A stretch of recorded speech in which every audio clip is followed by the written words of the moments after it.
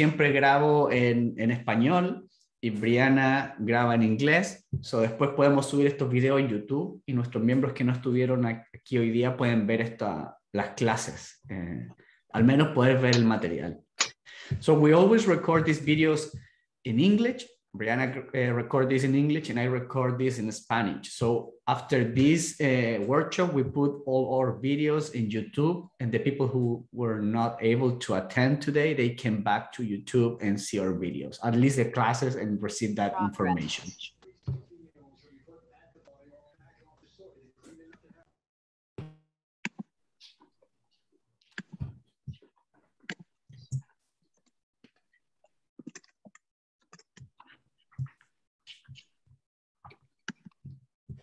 So definitely we can start trying to explain what is our icebreaker. Lo que voy a intentar hacer es explicar de qué se trata el rompehielos. And the icebreaker is really simple. We will create breakout rooms so you were able to be in the same room with the people who live in your same area. So you will have the opportunity to, at least through Zoom, connect with others who live in your same area. Everyone here is a gardener, so you have a lot of things in common.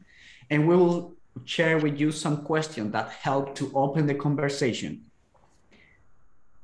The breakout rooms and the icebreaker is opportunity to make connection, to learn from others, and to understand that you as a gardener, you are part of a huge community, no? And the starting point of that community is the people who live around you. So please take advantage of the breakout rooms to learn from others, to hear their stories, and also to share your thoughts, because we will try to have this icebreaker every single month.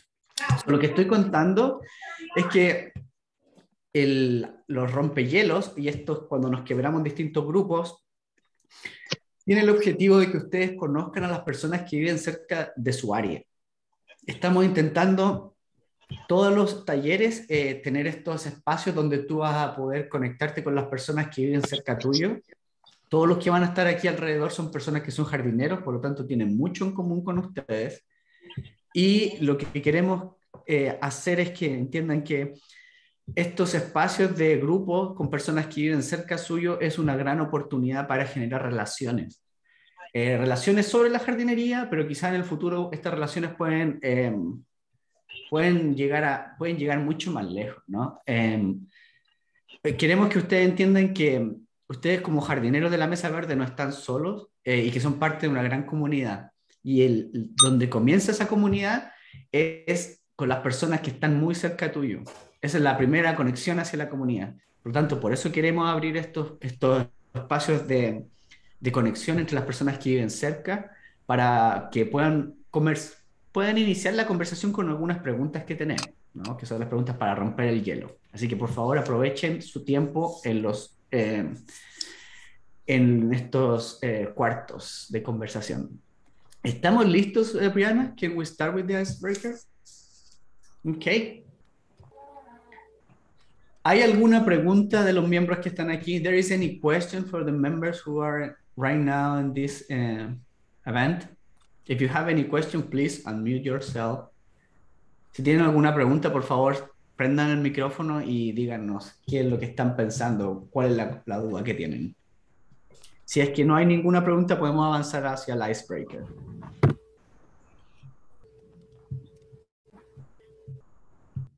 Fernando, disculpe, mi nombre es Sandra y yo tengo una pregunta, pero me gustaría hacerla al final, si es posible. Claro que sí, anótela para que no se le olvide. No, no se me va a olvidar. Gracias, definitivamente no se me va a olvidar. So Sandra was saying, I have a question, but I would like to make that question by the end of the workshop. And I say, okay, but take notes of the question or you're going to forget it. And she said, no, I don't forget those things, so don't worry.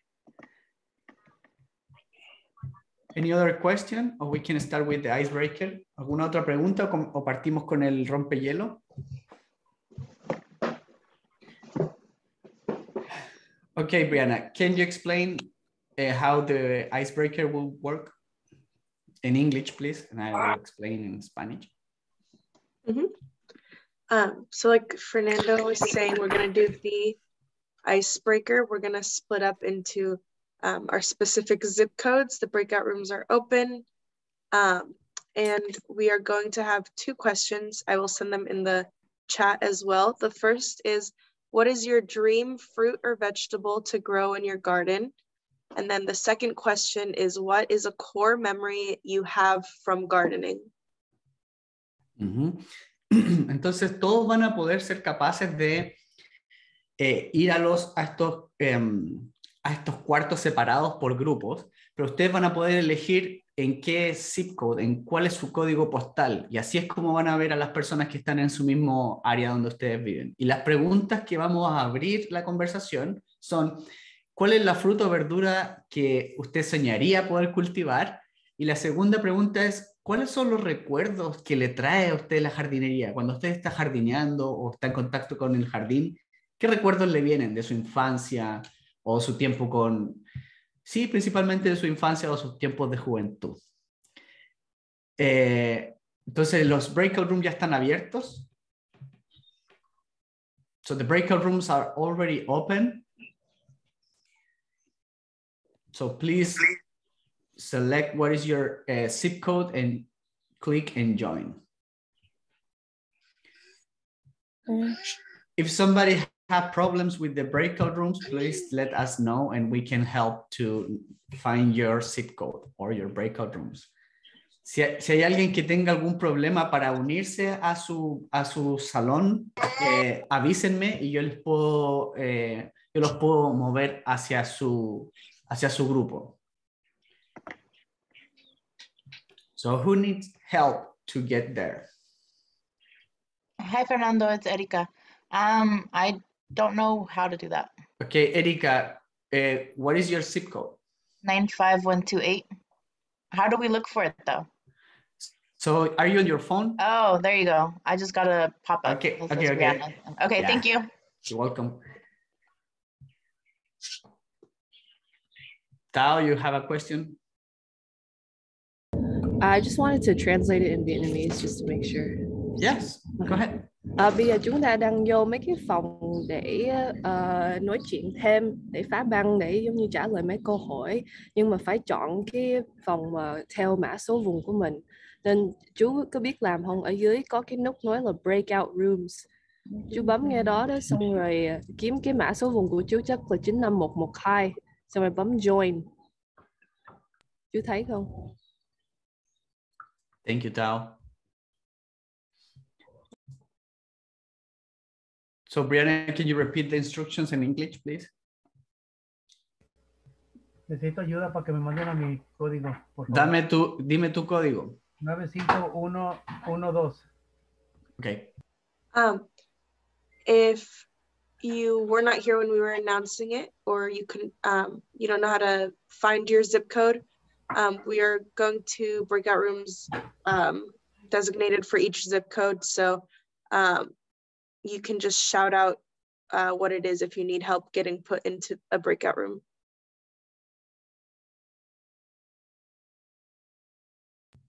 Somebody else need help to get to their breakout rooms? I think I do. This is Athena Kelly. I'm trying to find out where I go next. Am I supposed to be in the breakout room? So what is your zip code? We can send you in. Okay, 95148.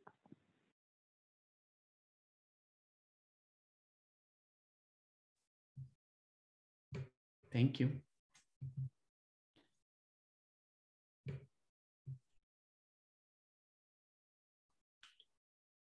Doña Irma, buenos días, ¿cómo está?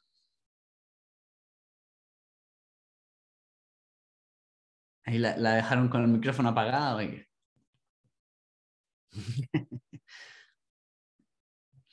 Elisa Pérez, ¿necesitas ayuda para encontrar tu room? Marta Barahona, lo mismo, ¿necesitas ayuda? Si necesitas ayuda, avísame.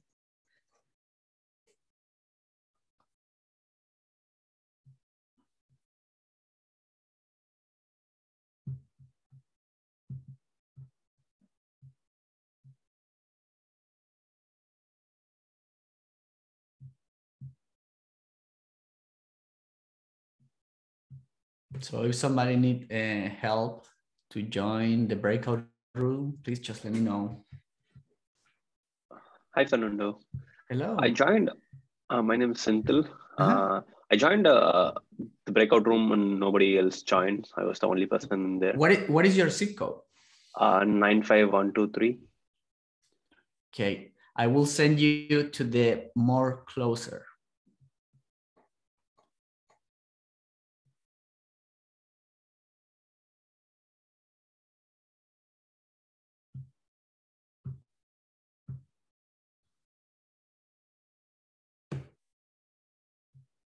Okay, Senthil, I send you to a different one with more people. Let me answer the question in Vietnamese. Câu hỏi đó là cái rau cải hoặc là... Buenos días, Elisa Pérez, ¿cómo estás? Good morning. Marta Ceja, buenos días. Zuli, ¿cuál es su zip code? Yo la mando de inmediato a su breakout room. Sorry, Fernando, no sabía que habían entrado. 95-111.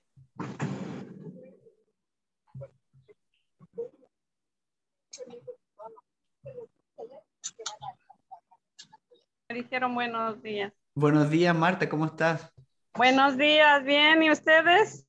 Bien, también. Tanto tiempo sin verla ni escucharla. Un gusto que se haya podido unir hoy día. Ya ven, el coronavirus nos trae asustados, pero ahí vamos. Exacto. ¿Tú estás desde tu computador, Marta, o desde tu celular? Estoy en un celular. Ah, ya. Bueno, ahora algunas de las personas de aquí del grupo se fueron a unos distintos cuartos virtuales para conversar. Ya están por volver, así que te recomiendo que esperes aquí, ¿ya? Sí. So for those who are looking in Facebook Live, right now all our members are in the breakout rooms, no? And the goal of the breakout rooms is to make a space to our members so they will have opportunity to meet the people who live around them and talking around gardening, about their experience about gardening. So the breakout room is that opportunity. Lo que estaba diciendo es para los que nos están viendo en Facebook Live, es que ahora nuestros miembros están en el rompehielo y se fueron a distintos cuartos virtuales para poder conversar con las personas que viven alrededor de ellos. El objetivo de que existan estos cuartos es que se pueda romper el hielo y generar estas conexiones con las personas que viven muy cerca de ti, para conversar principalmente sobre la jardinería, cuáles son sus recuerdos sobre la jardinería. Cuando ellos están trabajando en la tierra, ¿qué recuerdos les traen? Eso es lo que estamos haciendo en este momento. Ya estamos muy cerca de volver a todos a este gran cuarto.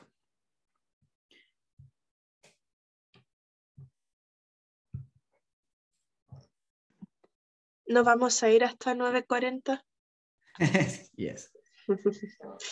So, podemos preguntar, a ver. Good morning, Karina. Buenos días, Karina.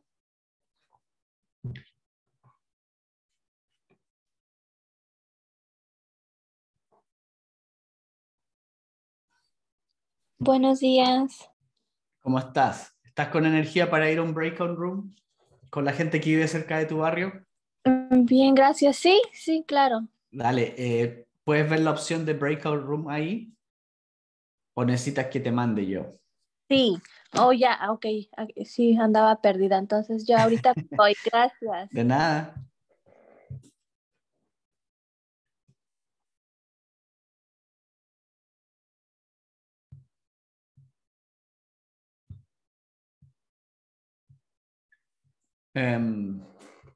¿Quieres darte una vuelta, Briana?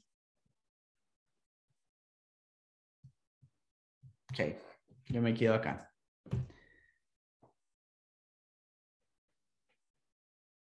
Umbilical. And does that help? Yes. Good. Yeah, those cats can be kind of a pest.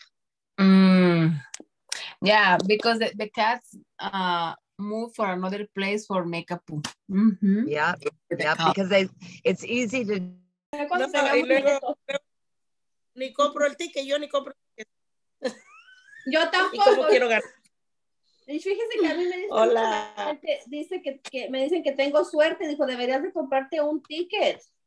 Dice, para que ganes algo, pero digo, no, pues, no sé, nunca me he animado a comprar, pero un día lo voy a comprar a ver si tengo suerte y qué tal que de veras. Only plant and a flower.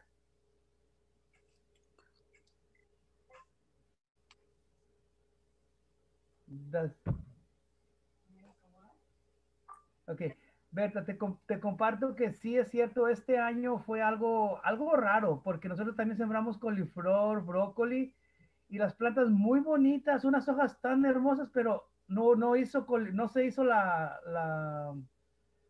en sí la planta no hizo un coliflor, un brócoli o coliflor bonito, se crió pequeño y la planta creció como loca. Uy.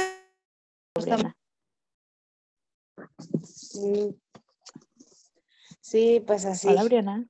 Hola.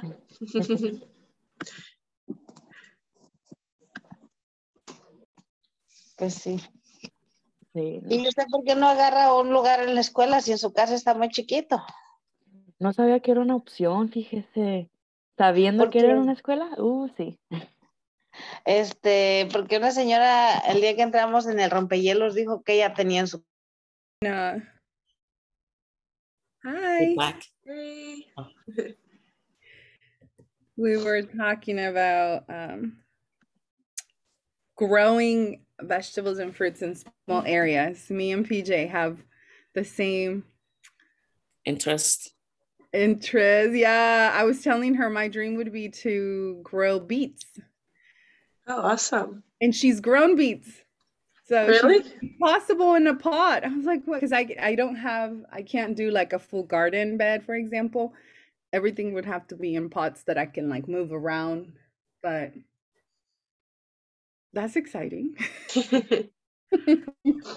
Awesome.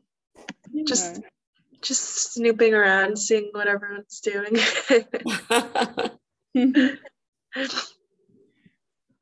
I'll see you guys later.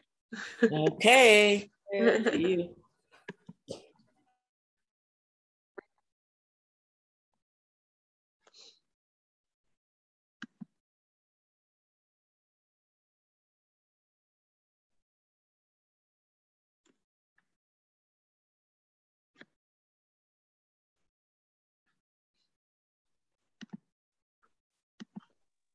Was that a Google image search of loofah?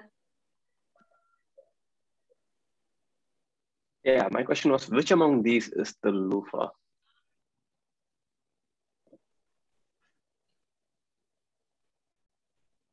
Are you seeing my screen? Yeah, they're all loofah. In the beginning, you could eat them when they're more tender and thin. And then as they grow bigger, you dry them. You let them almost completely dry on the vine, and then you take it off and you let it dry. The dragon fruit, pitahaya, they call it in Peru. Those are my favorite. Yeah.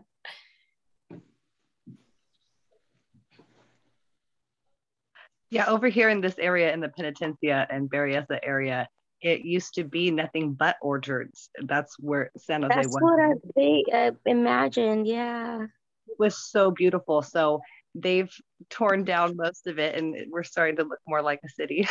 It's unfortunate, but it's great to have a program like this with La Mesa Verde where we're able to learn again about the land and how to grow our own. And she... Hey. Hey, Brianna. Hey. I was just talking about bee. Ecosystem within the... Yeah, and she was talking about how when she started her garden and then other like birds started coming in and hummingbirds and butterflies and like this whole ecosystem started developing as well in a very minor way. So that's what I'd... hello, Brianna. Hi, just popping in, snooping around. Very nice. Well, we're just finishing up. Awesome. So I did want to ask, because I was going to ask the ladies who'd been on this before, do we go over grafting and doing those types of things, or do we not go over that stuff? Not specifically today. No, right, yeah. Those who have been here in the past, do you know? Mariana or Pat? I don't recall a workshop on, specifically on grafting. Okay. Do you, Mariana? Are you there? Yes, I'm here. Do you remember a workshop on grafting? No, I can. No, I don't think. Yeah, I don't we recall. had. Okay. Yeah, I think I need to though. How's everything going? I'm just snooping. No need to. Oh, good. We're just sharing our the Instagram hacks. Oh, awesome. What kind of the hacks? Well, there's a guy that I follow on Instagram. He actually is putting out a little quick book. He recently been blasted all over the news and a couple of the talk shows because he has all these hacks for cleaning and for gardening, and just how much vegetables can be regrown by submerging in just a little bit of water. Mm-hmm. And the waste, like not to throw the garlic skins away, that you can use them on your plants. Oh, awesome. And then we were talking about trial and error of gardening. Yeah. I just saw that for squash, to put a board under them so that the animals don't come up from the bottom and eat them. We'll see. I don't got animals. I don't got that problem. We're talking about bugs, and I was like, bugs? No, I don't have bugs. Wait till you get a garden. Yeah, I think before I barely noticed bugs.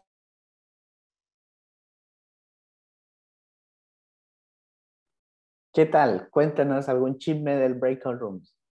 En uno estaban mirando fotos de loofah, el loofah plant. En el que recién me fui, estaban hablando de Instagram gardening hacks. Okay, that's cool. I'll be right back. Okay. Good morning, Lisa. So, I don't know if you can hear me.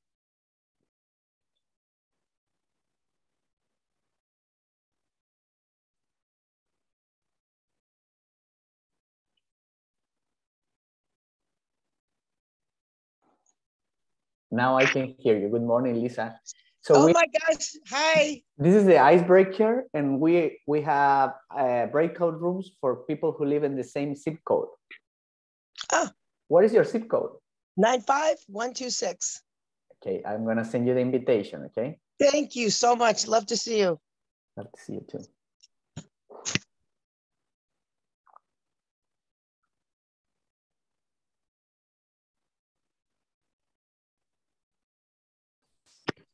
Welcome back, Karina. Hola, me sacó por una llamada, pero ahorita me voy otra vez. Ahora no hay problema. Gracias. De nada.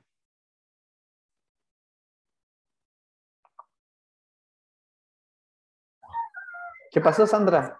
¿Te saliste? ¿Todos los break rooms son en inglés? ¿Te quieres que te mande uno en español? A ver. Yo te voy a mandar uno que es cerca del tuyo. No entiendo nada de lo que están haciendo. Bueno, estamos haciendo breakout rooms para personas que viven en la misma área. Okay. Para que tú puedas conocer, al menos escuchar quiénes son los que viven cerca donde tú vives.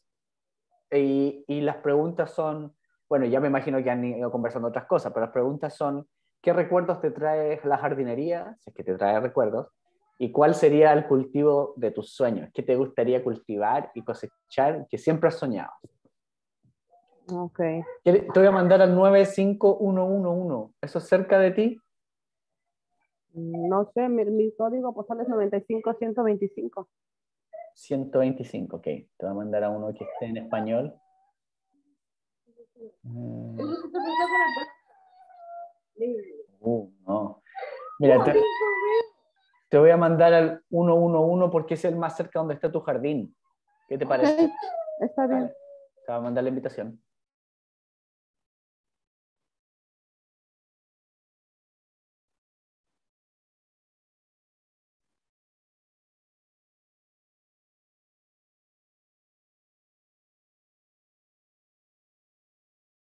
Ok, enviada.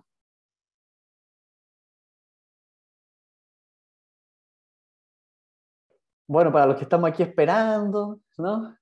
Así como echados para atrás, como bueno, ¿y a qué hora empieza este show, no? Y me dijeron a las 9, ya son las 9:30 y todavía no pasa nada. Un poco de paciencia, un poco de paciencia. Ya estamos llegando ya. So I'm saying that for those who are here, we're just waiting until the other people came back from the breakout rooms.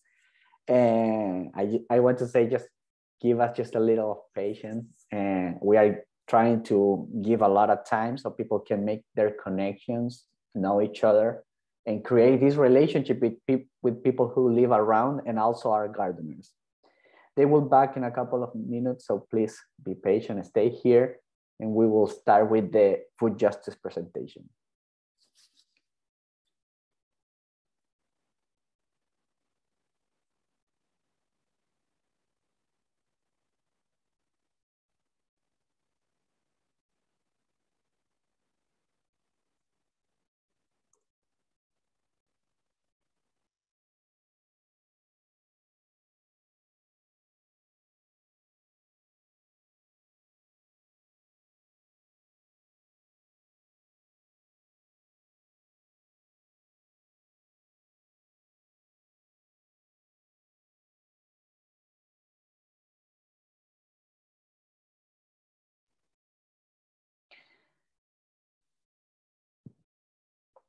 Good morning, everyone. Oh. Alguien se había unido, pero ya se fue al breakout room. Ahora estaba viendo el Facebook. Now I was looking the Facebook live, and we have people who's looking the video. Is Migdalia looking the video? Good morning, Migdalia. Buenos días, Migdalia. Me alegro que nos puedas ver por Facebook live.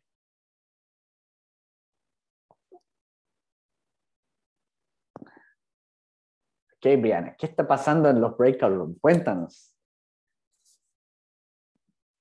A ver, ¿qué más estaban hablando? Gente estaba hablando de la coliflor.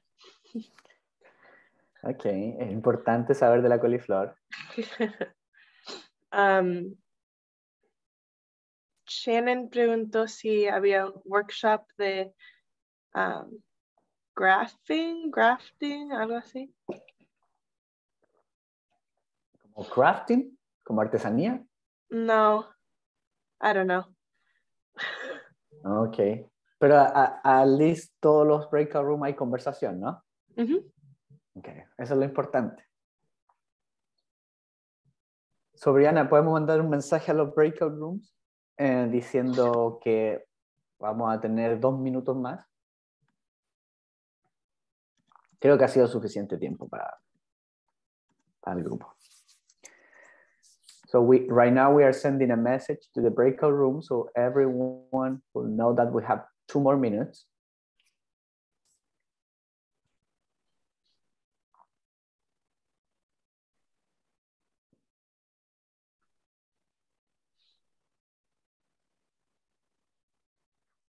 Buenos días. Good morning. We have and disappear. So, 2 veces alguien con el nombre T y K se ha unido y después cuando le digo buenos días desaparece. So I don't have time to explain them about the breakout rooms and that we need to know the name of the person.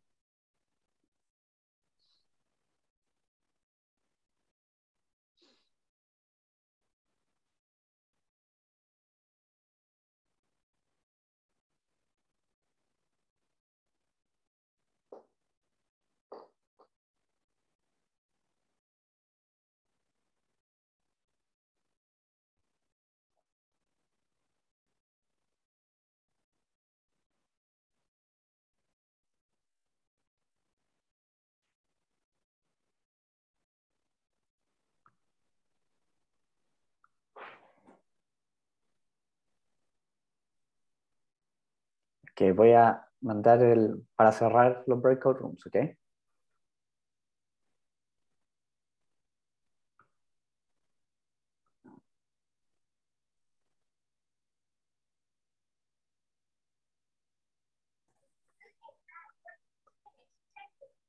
¿Qué pasó? Me regresé aquí. Yes, the time is over. El tiempo terminó. Oh, aquí me, que chance da mamá se. Okay, I hope that was enough time. No. Espero que haya sido tiempo suficiente. It's never enough time. Fue muy productivo. Me alegro escuchar eso. Pero nunca es suficiente el tiempo. It's never enough time to know each other. Especially in this virtual space, it's not the same. So I hope that in the next few months we can have these breakout rooms, but in person. So you will meet in person those people who live around you. Obviamente nunca tenemos el tiempo suficiente para hacer todo lo que queremos en esta forma virtual de conversar, pero espero que en los próximos meses ya podamos volver en persona y podamos tener estos mismos grupos, pero ya físicamente cerca, ¿no? No solamente a través de una pantalla. Okay, Brianna, are we ready for the presentation? Okay, so Brianna right now is gonna create the breakout room in English. No, so all the English speakers, they can join the breakout room to have this presentation in English, and the Spanish one, they will stay with me in this room, so we will have our presentation in Spanish. Good luck for the English speakers, and I encourage you to participate, be part of the conversation, don't be shy. There is no wrong or right answer. The main goal of this workshop is to share knowledge and to build knowledge together, not to demonstrate who had more knowledge, okay? That is the dynamic that we want to have in our workshop, and it's really important to highlight that. Lo que estoy diciendo es que los invito a todos a que compartamos nuestros conocimientos. Los talleres son principalmente un espacio para compartir experiencia y conocimiento y crecer juntos. No solamente de demostrar quién es el que sabe más. Por lo tanto, la presentación es solo una guía, pero lo que más queremos es escuchar a ustedes sobre cuál han sido su experiencia y qué ustedes saben de jardinería y compartir el conocimiento. Ok, Brianna, are we ready? Yep. Okay, Brianna will lead the food justice and gardening part in the English breakout room, and I will stay here with the Spanish one. Good luck and enjoy the presentation.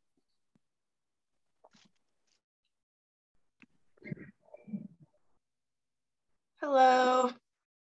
Good morning, everybody.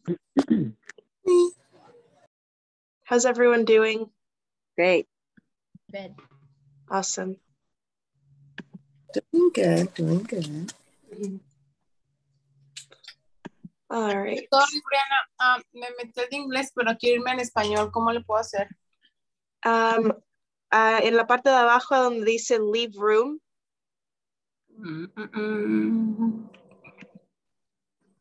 No me da, pero bueno, déjame trato de hacerlo. A ver. Sí, yo igual también me metí a inglés y quiero enseñar, pero no me sale tampoco la opción de regresarme para atrás. A ver. Sí, también a mí. Ahí está, ahí le estoy dando la opción. Sí, Zuli, ¿también? También, Brianna. Okay. Ahí creo que les mandé la opción. Anyone else? ¿Alguien más se metió en el breakout room equivocado?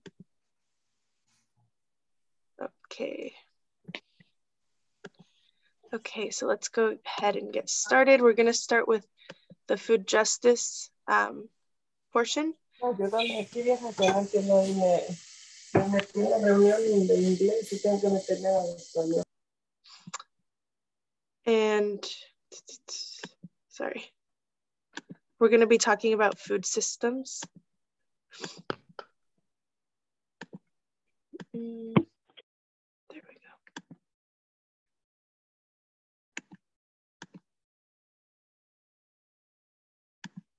Brianna, can I ask a quick question?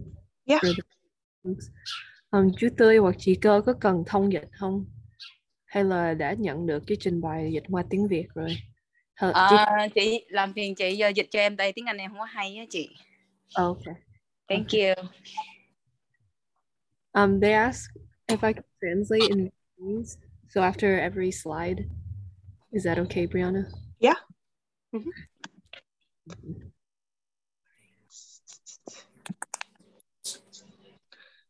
Okay.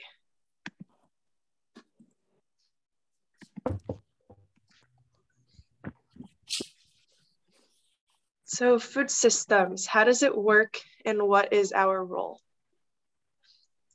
Đây là nói về hệ thống lương thực hoạt động như thế nào và vai trò của chúng ta là gì? Yeah. So here is a quick little visual about the food system. Does anyone know what a system is? Like what this system is? It just in simple terms. Đây là hình về hệ thống lương thực. Mọi người có biết hệ thống có nghĩa là gì không?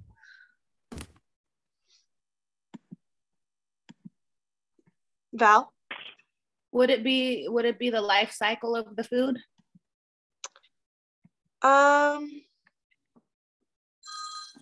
Could be, yeah. Something similar, yeah.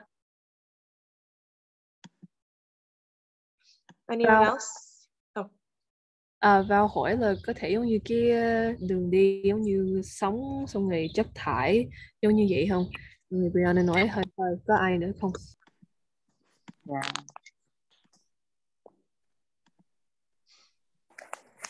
All right, so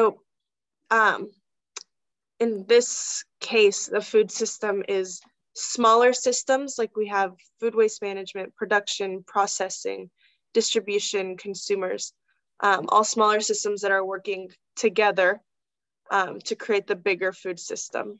The important thing is that all of these different parts are all working together, and they wouldn't be able to, the food system wouldn't be able to exist if these were working individually. Cái hệ thống lương thực là nhiều hệ thống nhỏ hơn làm chung với nhau để có thể hệ thống như quản lý chất thải, sản xuất, chế biến, phân phát và người tiêu thụ, tất cả đều hoạt động chung với nhau để tạo cái hệ thống lương thực. Oh, yeah, em hiểu. Just want to make sure I get everything. Something's missing here though. We want to be able to have a say as urban gardeners, and there's not really a spot on here that holds space for urban gardeners. It has us as consumers rather than people contributing to the food system, if that makes sense.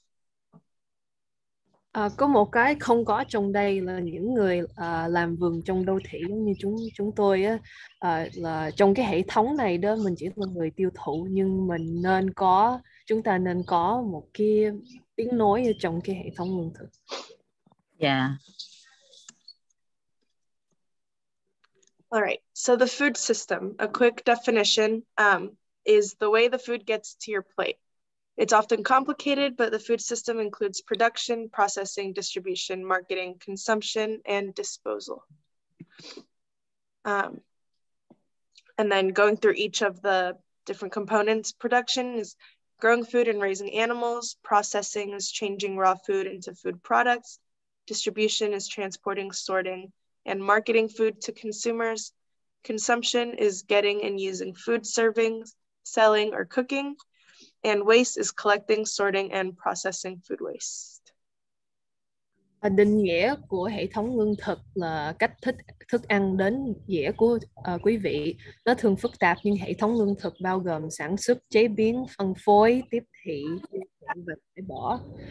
Trong sản xuất thì giống như trồng trọt và chăn nuôi, chế biến là từ nguyên liệu thành thực phẩm, phân phối là vận chuyển, phân loại và tiếp thị thực phẩm đến tay người tiêu dùng. Tiêu thụ là nhận, nấu và bán. Chất thải là thu gom, phân loại và xử lý chất thải. Yeah. So Val, like you said, this does kind of represent this cycle of the food, the life cycle of the food. Yeah.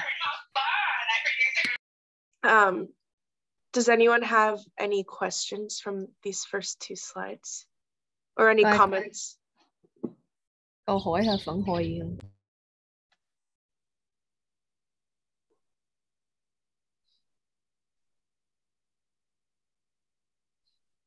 All right, we can move on then.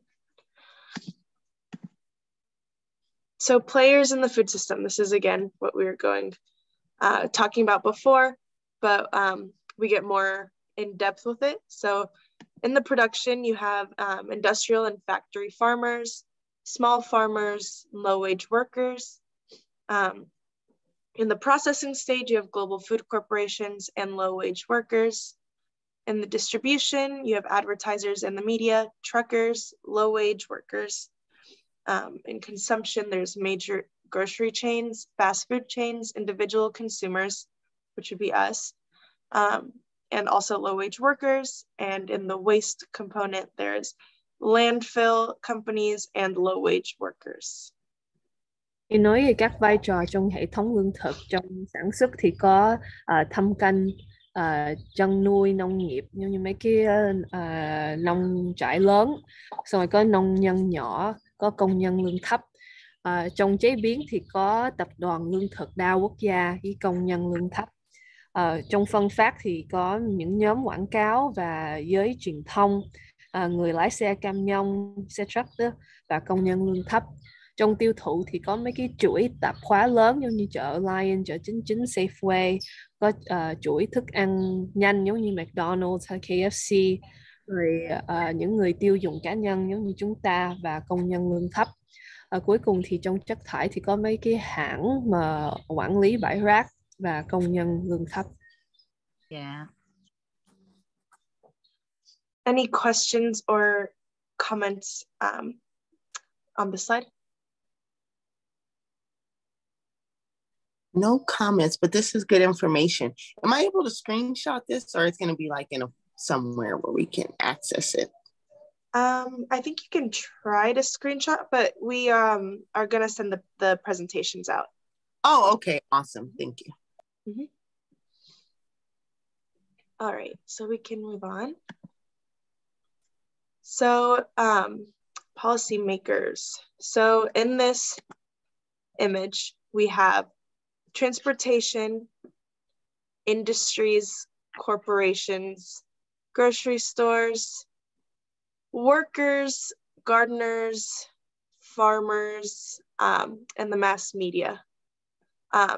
So we're just gonna have kind of an activity here. I'm gonna be moving the arrows, the sizes, but I need your help in deciding which of these different factors do you think has the most influence on policymakers? The large corporations, my guess. Yep, same. I was about to say that.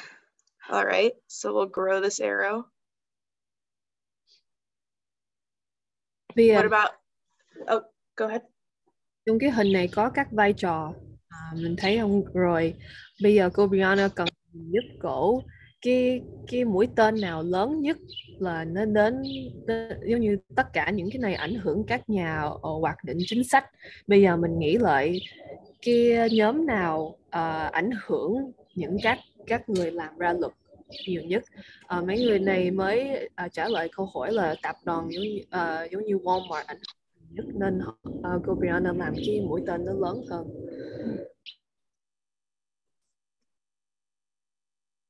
Yeah. I'm going to say mass media. All right, let's get an arrow over there.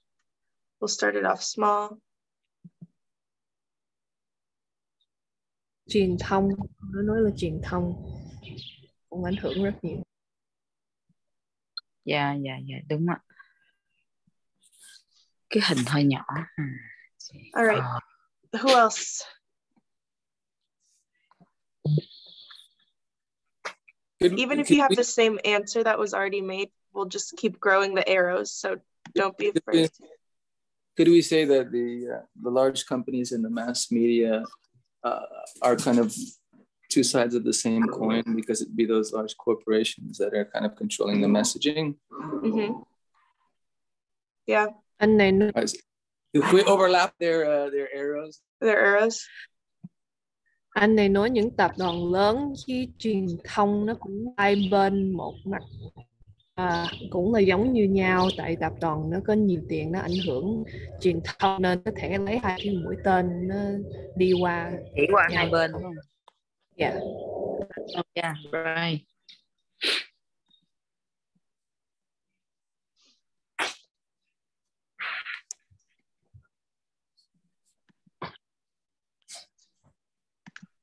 So by industries, is that the processing portion of the system? Mm-hmm. Yes.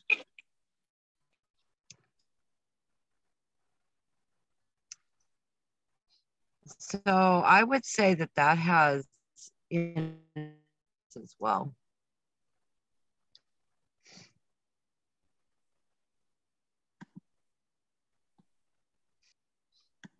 And then also currently right now, we're seeing that the distribution is having an effect also.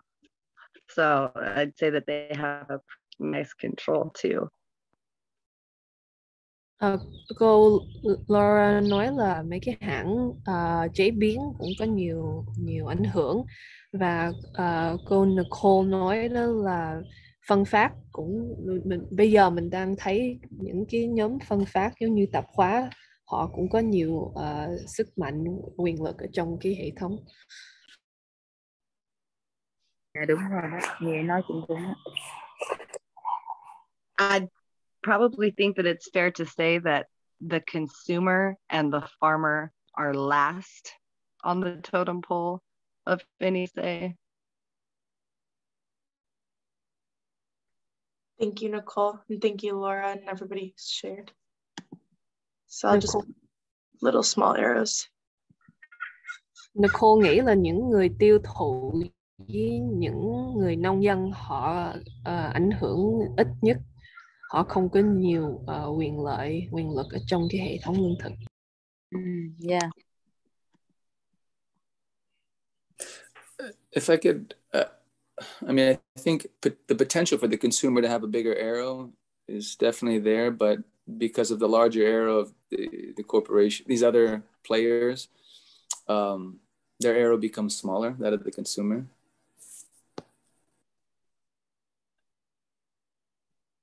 Awesome, thank you.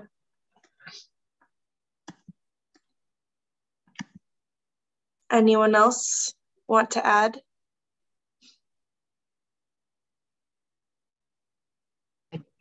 I'll just say this, if I might. You know, as taking personal responsibility, what I purchase or what anybody purchases on a consistent basis is also driving the system. I think part of the challenge with making changes in that area is having a unified front.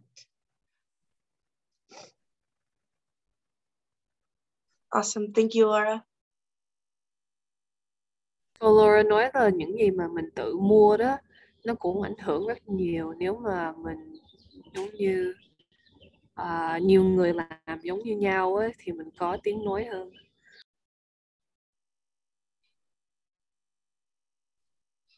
Anyone else want to add to this? Have any questions, comments? Có câu hỏi gì về cái trang này hay là phản hồi gì không? I was just looking at the image, and I was just thinking that, you know, we have all these arrows going in towards the policymakers, and I think it might be fun to have it like a arrow pointing from the policymakers to the companies, to the media, because we know of revolving doors and how they're influenced by lots of different industries. The agricultural industry is no exception. And so You know, like the policymakers will go on to work for McDonald's Corporation when they're done. So they have, you know, there's this kind of arrow that could go both ways, I think, in some of those.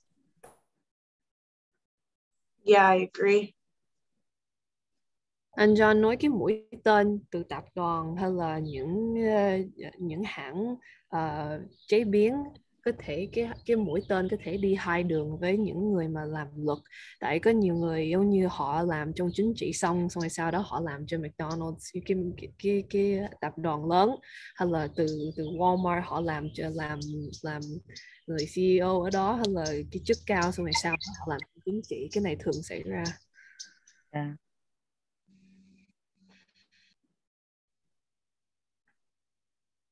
Awesome. Okay. So, like it was mentioned that there's a potential for the consumer arrow to be larger, but the power of everything else around is so strong that it remains that small. But this workshop was not to take away any hope or to be Debbie Downers in that sense, but we do have power, and we are able to influence. So power is the capacity to have influence over other persons, organizations, institutions that make decisions. And these are always, we have power. We can donate, we can vote, there's social media, we can organize and protest, solidarity, and call out people who are taking bribes, taking money for different things to pass. Thì cái trình bày này không phải để cho mình mất hy vọng, mà để nói là chúng ta có thể có thêm quyền lực. Quyền lực định nghĩa là khả năng để ảnh hưởng những người khác, hay là các tổ chức, hay là cơ quan đưa ra quyết định.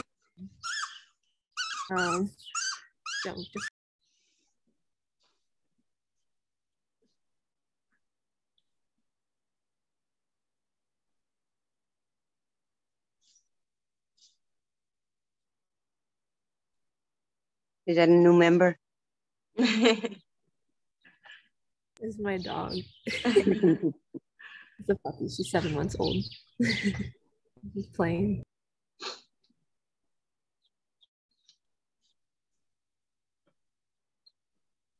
So what are some thoughts, ideas people have about this slide? Does it bring up any emotions, any feelings? Trang này có đem ra những cảm xúc, ý kiến gì cho quý vị không? Hay là ý tưởng gì không? Yeah, Val?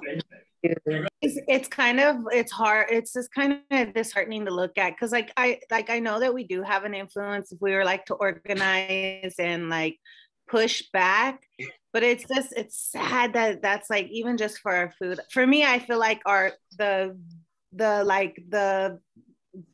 vegetarian movement, how like the Impossible meats, and how like everybody's serving those, and how like it's being portrayed as such a good alternative to meat, but they're so bad for you. Like the chemicals and the hormones that are in those are just as bad as like if you're saying eating meat is bad, and how like there's just so much money behind campaigning and stuff, and how if you're not informed, how easily you're swept into the marketing. I feel like it's more of like the power and change is more of like creating small communities, and like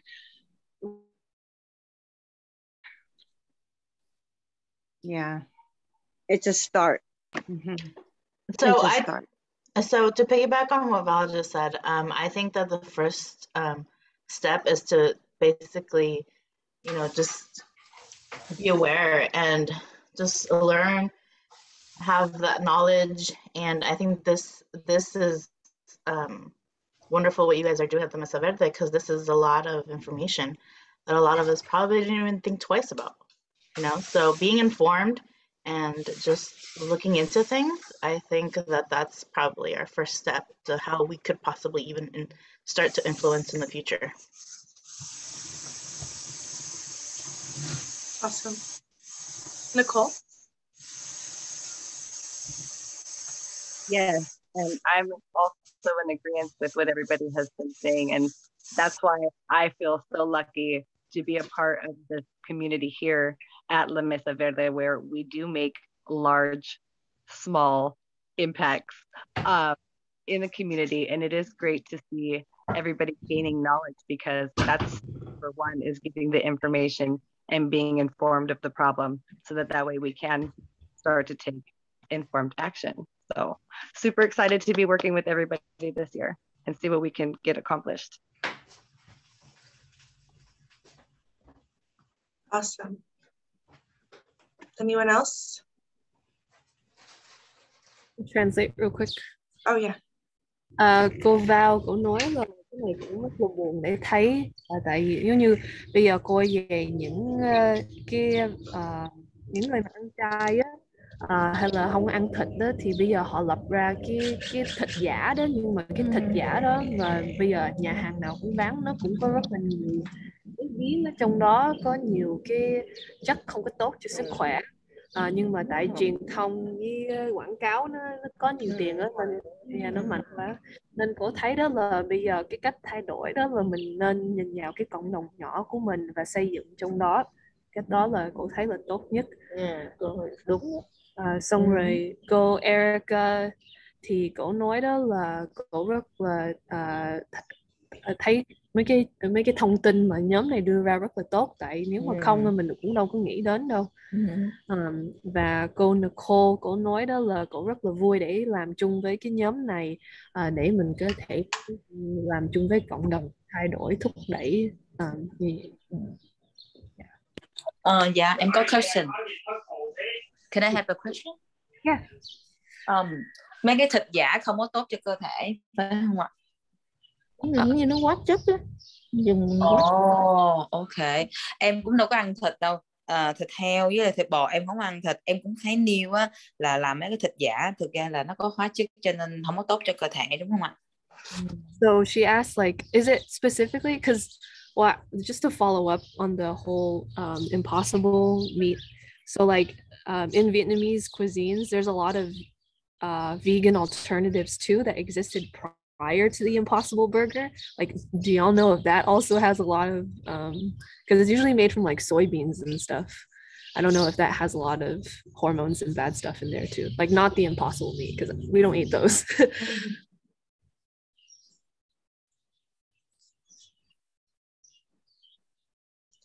B, you're on mute, I think.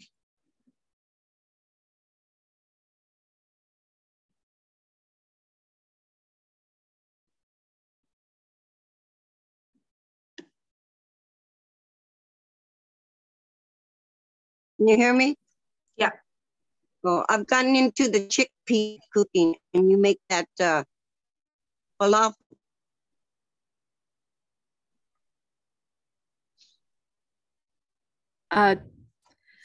Những cái thịt giả đó là giống như cái mà không biết chị cơ có nghe qua chưa, nó kêu bằng Impossible Burger. Nó mới ra, nhưng mà cái mấy đồ ăn Việt Nam đó mà làm mà không phải thịt đó, cái đó thì mình không có biết nó có chất hay không. Nhưng mà cái mà mới ra từ mấy cái hãng Mỹ á, mình nói Impossible đó, thì mấy cái đó có chất không tốt cho mình. Ok, em hiểu rồi. And then I'm not exactly sure, but I'm sure you could maybe Google for a more specific answer. But in my personal opinion, I think that the less processed anything that you can buy and consume, the better. So for example, like if you were to wanting to eat something like that, maybe get a block of tofu yourself and make it more fresh, more homemade, like less processed, in order for it to be the most beneficial. And also there is meat alternatives that you can make yourself out of like walnuts by soaking them and then grinding them up. So maybe look into that for an alternative as well. Cô Nicole nói đó là theo ý kiến của cổ đó là cái gì mà chế biến càng ít thì nó càng tốt cho sức khỏe của mình. Giống như nếu mà mình thiệt muốn ăn đó thì mình đi ra ngoài tiệm mua tàu hũ hay là dùng giống như đậu hay gì để làm ra cái chất mình đi tự làm giống như mà thà là mình ăn thịt mình dùng cái đó để làm có protein. Yeah, cũng đúng rồi. Chế biến càng nhiều thì càng có nhiều hóa chất thôi, cái đó đúng luôn á. Bạn nói đúng. You agree with you, the more processed something is, the more chemicals and bad stuff it has. And thank you so much for translating everything. I appreciate it. Yes, thank you, Tao. That was it for the food justice presentation. So I know we already were having discussions, but the floor is open for any comments, questions, concerns that came up during the presentation.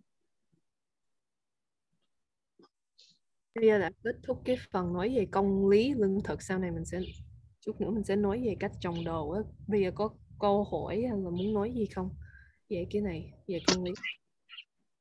Nhiều ra hết. If I could just add, I agree with like everything everybody was saying before. I think it's awesome. And I was thinking back to the original image where the consumer, and especially the worker, the agricultural worker, had very little influence, right? So we have this massive industrial agricultural system, which is horrible for most people. It does produce a lot of food for a lot of people, not very healthy food. And then the second image you showed where like things we can work to change the system, on a larger scale. And we don't find a lot of hope necessarily, or people are very cynical about that kind of change coming. I think we need to do both of the things that we're talking about. We need to like do everything we can to try to change the larger system and yet reimagine what's possible and give alternatives on the local level, like people mentioned. I think they're both necessary. I don't have pie in the sky, visions of like saving the world by like gardening on a local level. It's definitely healthier. You can, create biodiversity and create strong community. And I think that's fundamental to like doing those bigger changes. And so I think we kind of need to do both of them. Anh John nghĩ là mình nên làm hai con đường, là một cái là ảnh hưởng chính trị, chính sách, và cái kia cũng là làm trong cộng đồng của mình nên làm hai cái. Tại vì nếu như mình làm trong cộng đồng của mình không, mình trồng đồ không, nó cũng không có thể giúp tất cả. Tại cái hệ thống này nó rất là lớn, tuy nó có cho đồ ăn cho nhiều người, đồ ăn này không có tốt cho sức khỏe, nên mình vừa phải thúc đẩy thay đổi chính sách, và mình vừa phải làm trong cộng đồng, tự trồng rau cải tốt cho sức khỏe và tốt cho môi trường.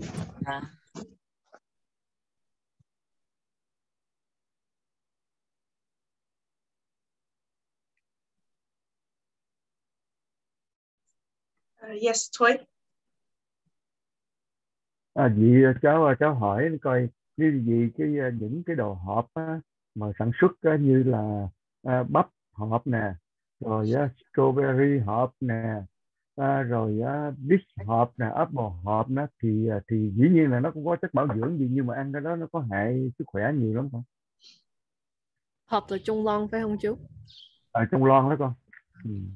So Dewey had a question. He's asking about like canned stuff. Like obviously there are chemicals in there to help it preserve for a longer time, but like what is harmful about canned foods? I would say the metal itself, as well as whatever the coating that they put with inside the can. And the longer the stuff is inside the can, more it absorbs that metals and that toxic stuff. That's why I think like doing your own home canning and putting it in glass is better. I just want to add just real quick before you translate, also that there's no light coming in. So it's just really dampened really the living organisms that still may be alive even after it's been picked. So that's why putting them in jars is really good as well. Thank you. Thank you. Cô Nicole nói đó là cái chất sắt ở trong cái lon đó nó càng ngày mình nó chắc nó vô cái đồ ăn đó, cái đó không có tốt cho mình. Và những cái chất mà đặng cho nó có lâu á, cái đó cũng vô đồ ăn của mình không có tốt. Chất bảo quản. Chất bảo quản, cảm ơn Nghĩa. Và cô nên cổ nói đó là mình nên tự để đồ vô mấy cái chai thủy tinh. Rồi cô Danielle cổ nói đó là mấy cái lon nó không có ánh sáng vô, chai thủy tinh nó có, tại cần cái ánh sáng để giống như khử vi trùng á, diệt khuẩn. Dạ, diệt khuẩn. Dạ. Ánh sáng khuẩn chiếu. Thí dụ như cái hỏi con như cái cây trong lon này, bây giờ mình khui ra mình để trong keo thủy tinh. Nhưng mà she's asking like, what if you like open the cans? They get this a lot at food banks, and then you put it in a glass jar. You'll still have the chemicals, right, from when it was in the can. Yeah. Nó vẫn có cái chất sắt, biết nên nó có trong này rồi, nhưng mà cái ý là giống như mình chưa có ăn liền, mà nếu mà vậy thì mình khui ra cái mình để trong keo thủy tinh, có thể nó tốt hơn một chút, nhưng mà nó vẫn có cái chất nó có trong này sắt. Thì những cái đồ hộp hay đồ trong keo thủy tinh đi, nó cũng để cái chất bảo quản để mà cho lâu dài đó, thì mình ăn thường là nó không có tốt cho sức khỏe. Không nha. Mình chỉ là muốn ăn cho nó tốt cho sức khỏe là mình phải tự ở nhà mình nấu xong mình để vô thủy tinh. Không, mình nấu ăn để 1-2 ngày thôi, cái ý nói vậy đó. Chứ mình không có nên ăn đồ người ta chế biến sẵn để trong keo, hay trong keo cũng vậy, nó cũng để chất bảo quản. Thành ra tốt hơn đó là mình thỉnh thoảng mình mua ăn thôi, chứ đừng có nên ăn thường. Vậy. Yeah, she agrees. She doesn't like to eat from the cans either, and would rather cook herself. Can I say something? So it's really not the canned processing that's so terrible, but it's what they process in the can, the additional salt, nitrates, that kind of thing. But it's been thought for years, especially recent years, that canned food is not necessarily that good for you. That's still debatable, and the jury's still out on that. I think it's what's in the can that is key. Soups, for instance, very high in salt. Vegetables, for instance, they are canning, only, again, it's debatable. Convenience comes with a price. Our Ziploc bags, our vacuum sealer bags, all of those things which are not good for the environment. So in long term, can you recycle glass and cans? I think, can you recycle plastic bags? You know, what is inside it and what happens to the container afterwards, I think is all connected as we talk about this cycle that we go through, from processing, from the government to processing, to the table, to our health, and then into our landfills. So I think it's really, that's it for me in a nutshell. That's just my 2 cents. Thank you.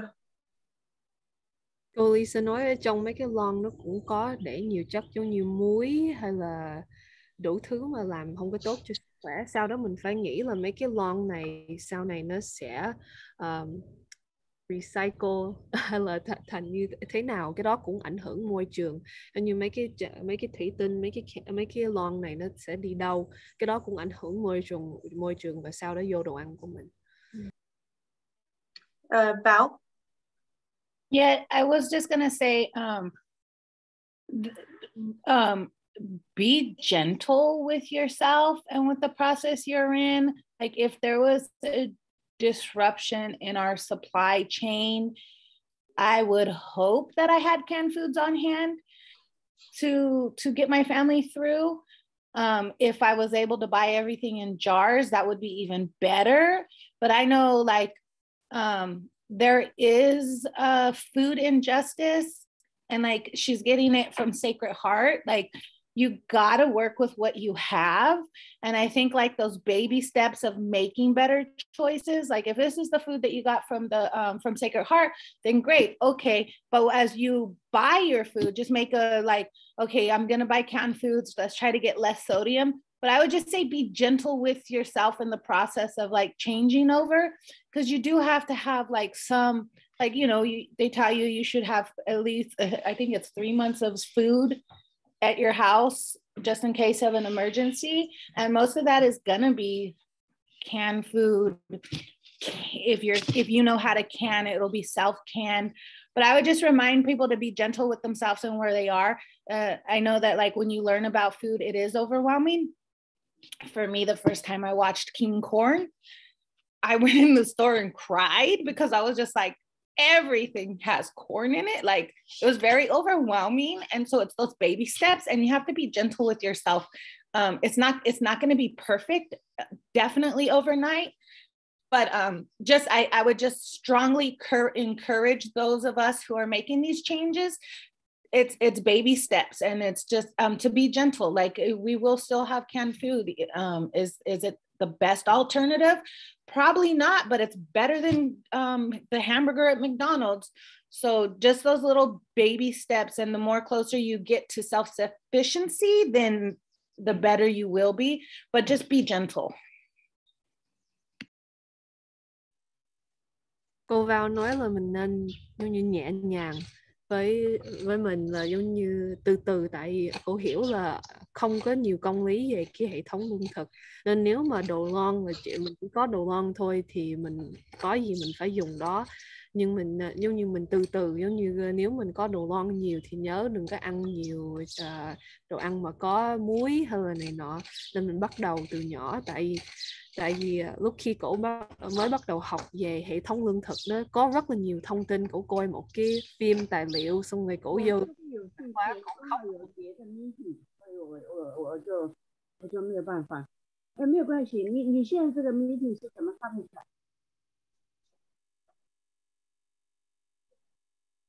哦，保险。哦。Okay, you're not you. 哦，我现在已经换到这个，我是在 Palo Alto Foundation， 它这个非常好。哦 ，Medicare 证。Thank you, Val. Thank you, Tao. Anyone else? Yes, Laura. This is a little bit backing up off topic here, but I wondered if anybody was growing jackfruit or knew how to get the seeds, or if it's propagated by cuttings, if anybody knows how that happens. I have this answer, sorry. I saw a video. I saw a video of when they cut the jackfruit and then they twist it on a, let me put my camera on for this one. So they cut the jackfruit and they twist it on a napkin, that the seeds will go on the napkin, and then you cover the napkin, you spray it, and then you put it in a plastic bag to germinate.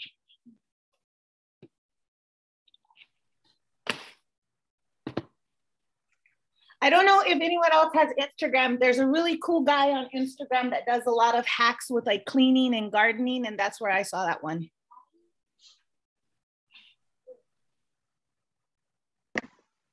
What's the guy's name, or what account is it? Yeah, let me get it, and I'll post it in the chat. Thank you. Anybody else? Super exciting to talk about growing jackfruit. If you can grow that in California, I'm ready to take that one on. I didn't think that we were tropical enough here. I think we're in a zone 9 or something. So I just don't think, I didn't know, but I also didn't know I could grow bananas either. So I've successfully done that. So, I mean, anyways, it's, if you can grow jackfruit, send me the link. I want to know how to do that right here, right now. And yeah, thank you. Has anybody done a pineapple? For pineapple, I think you can take the top off, right, and just stick it into the ground. That's what I've I've heard. done that. It still looks like it's grabbing. It hasn't died off. So I'm hoping that I get just a little blossom. I just want to see it blossom a little bit.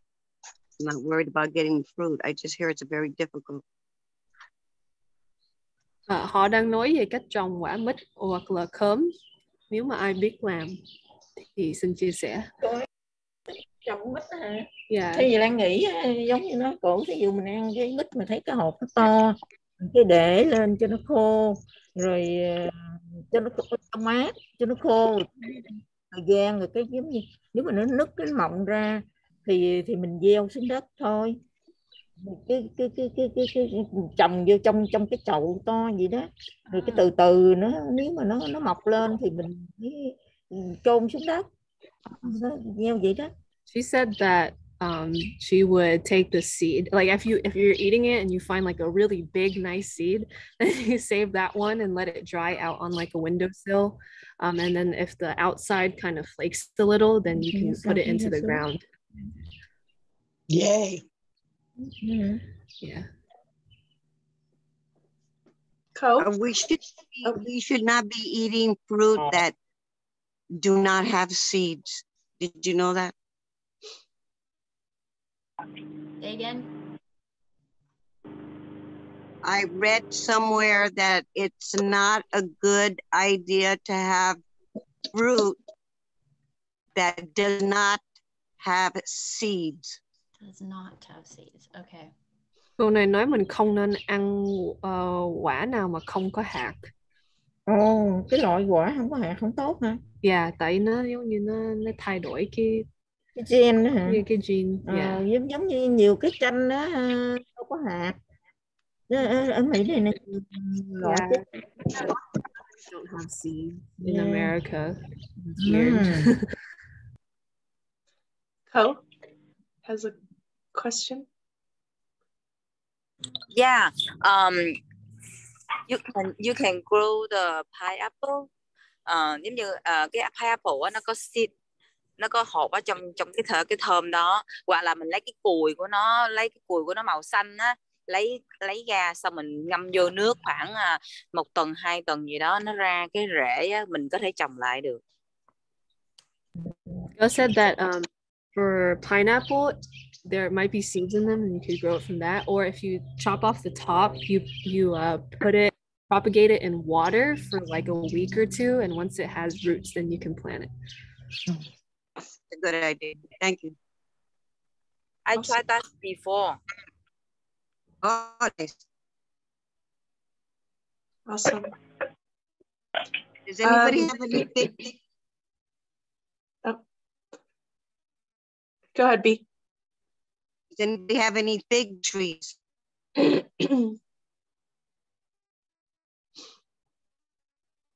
I have a fig tree. It's hanging in there, but it hasn't really given me fruit. It's just giving me like small little nuggets here and there, and I'm just wondering, does it need a lot of water, or maybe it's not in the right area? Fruit it sounds really weird, but you beat the tree. If you look it up, it shows like you hit the bark, not enough to break the bark, but just to shock the bark. And then I misspoke. It wasn't jackfruit that you propagate. It was I think it was I think it's dragon fruit that you cut and do the napkin with. Not jackfruit. I misspoke. I apologize. Yeah, it's dragon fruit.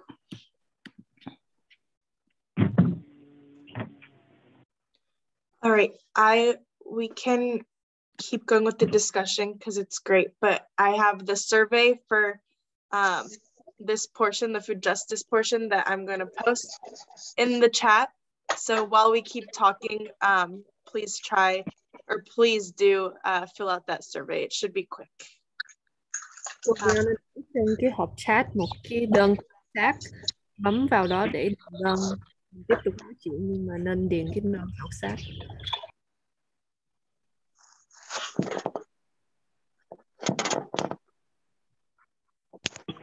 Nicole, I saw your hand. Hi, thank you. So I just wanted to say it was beautiful speaking with everybody this morning and getting involved in this conversation. But after I do this survey, I am going to need to leave and I will catch the rest of the meeting on the replay. So again, thank you everybody and have a great day. Bye, Nicole. Bye, Nicole. Real quick, I wanted to say basically the same thing as Nicole. And then also, I want to say hi to B. I know you're out there. Hi. Hi. How are you? Good. How'd it go? Great. So everybody, I got to meet B for the first time. She came with Brianna this last week to install my very first garden bed. And it was just such a wonderful experience. And B has so much knowledge. She's showing up as Beatrice on the screen. But oh, stop. If you get a chance to spend any time with her, do. She's full of information. Okay, that's all. Thank you. I had a good time. Thank you.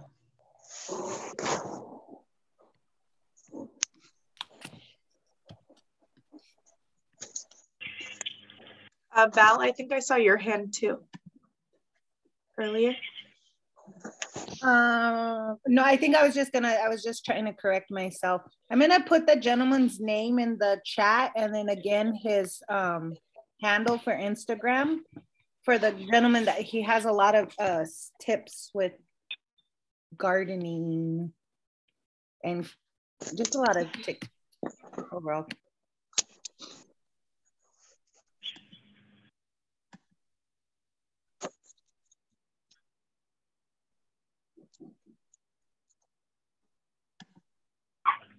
All right, thank you to everyone who's filling those out. I see the responses coming in.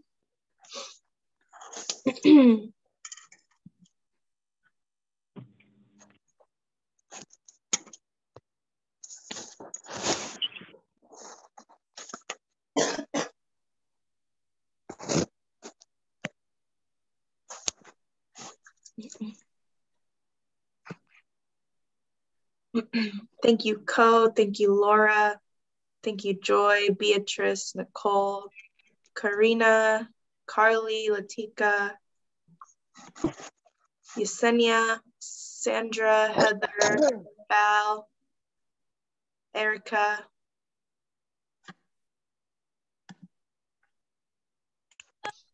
You're welcome.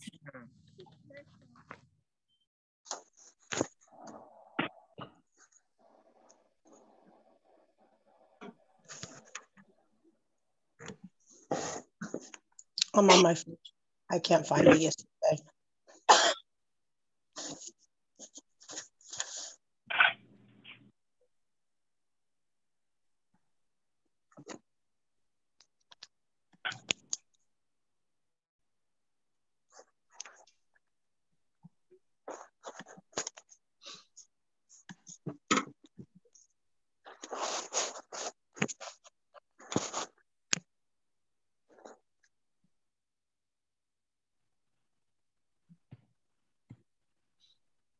We'll give it about another minute or so. Obviously, keep filling them out after that minute, but we do need to move on to the gardening portion of today. So please do fill those out. I'll send them again because we'll have another link after the gardening, but I'll send both links out at the end again. Xin điền cái đơn khảo sát thêm một lần nữa. Và sau cái phần này mình sẽ nói về cách trồng đồ và hệ sinh thái trong đất. Và sau cái phần đó thì mình sẽ có thêm một cái đơn khảo sát khác. Nhưng mà điền cái đơn này mà chị Brianna để vào chat. Yeah.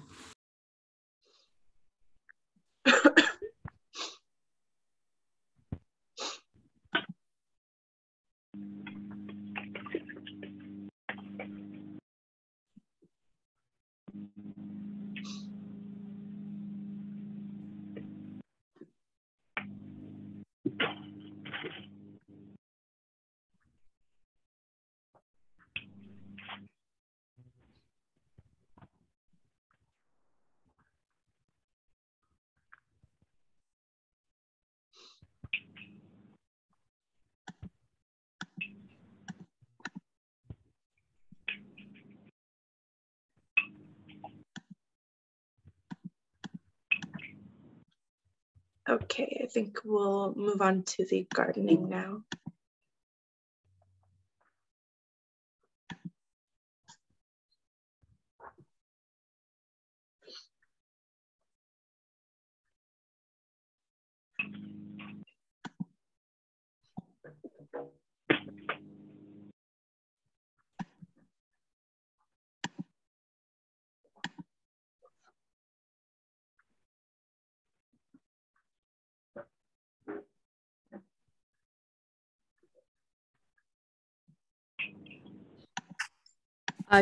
Cho em xin số điện thoại của chị được không?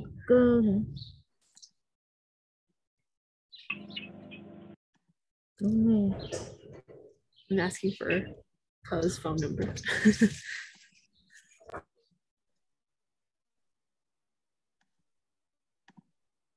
Chị nói là xin cái số điện thoại của ai, của em hả?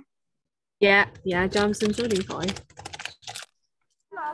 408 Dạ 714 8629.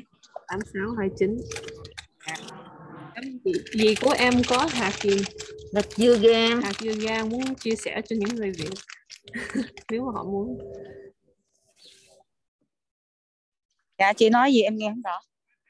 Hạt dưa gang á, trái dưa gang á cơ. Dạ, ok, trái dưa gang hả? Dưa gang chứa trồng qua nha.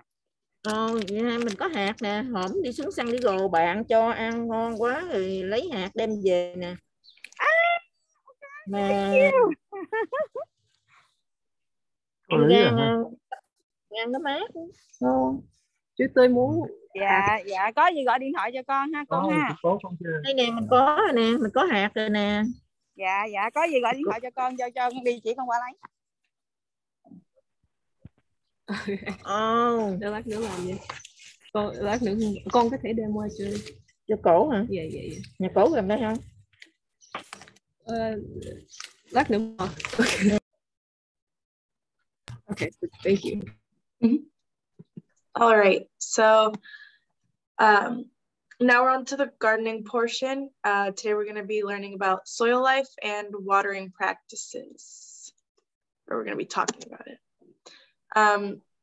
So first we're just going to go over some Zoom etiquette.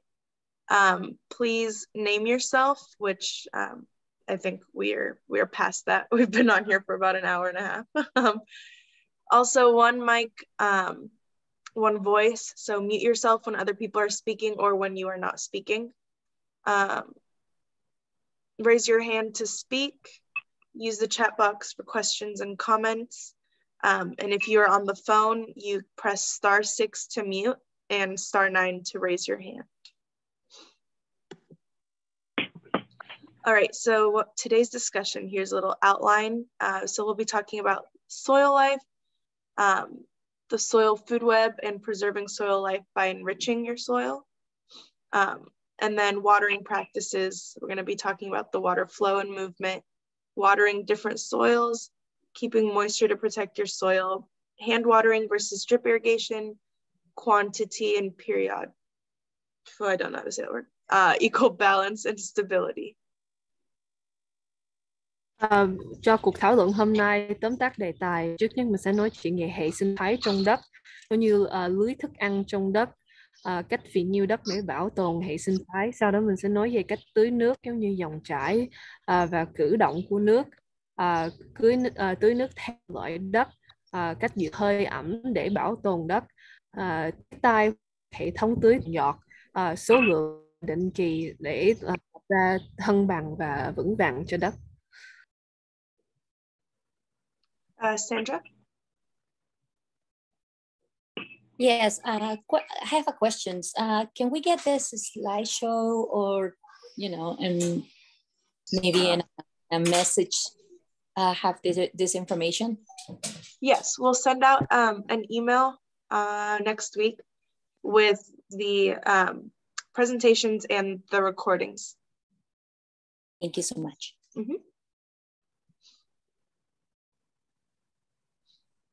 All right. So we'll start with a little icebreaker. How are soil and your personal health directly connected? Câu hỏi là đất và sức khỏe của quý vị kết nối trực tiếp như thế nào? Latika?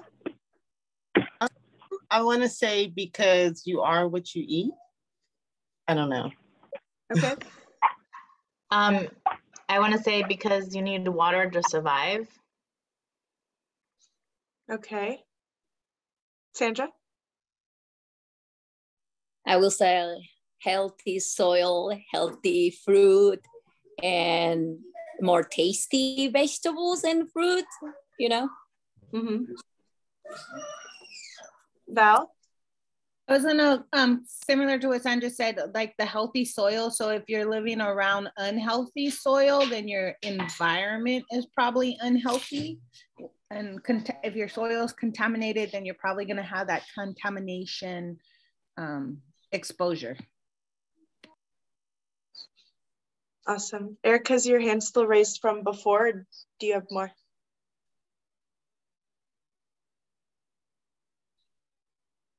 Okay. Anyone else? Let me translate real quick. Latika nói là chúng ta là mình là cái gì mình ăn. Rồi Sandra nói đó là cái đất nếu mà không tốt á, thì chắc mình ở trong môi trường không có tốt. Xong rồi những người khác nói là giống như đất nó sẽ làm cho đồ ăn lành mạnh hay là ngon, nên cái đất rất là ảnh hưởng sức khỏe của mình. Đất quan trọng.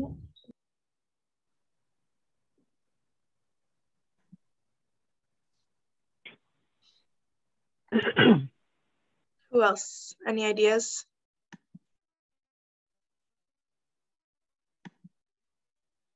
Can I have a Yeah.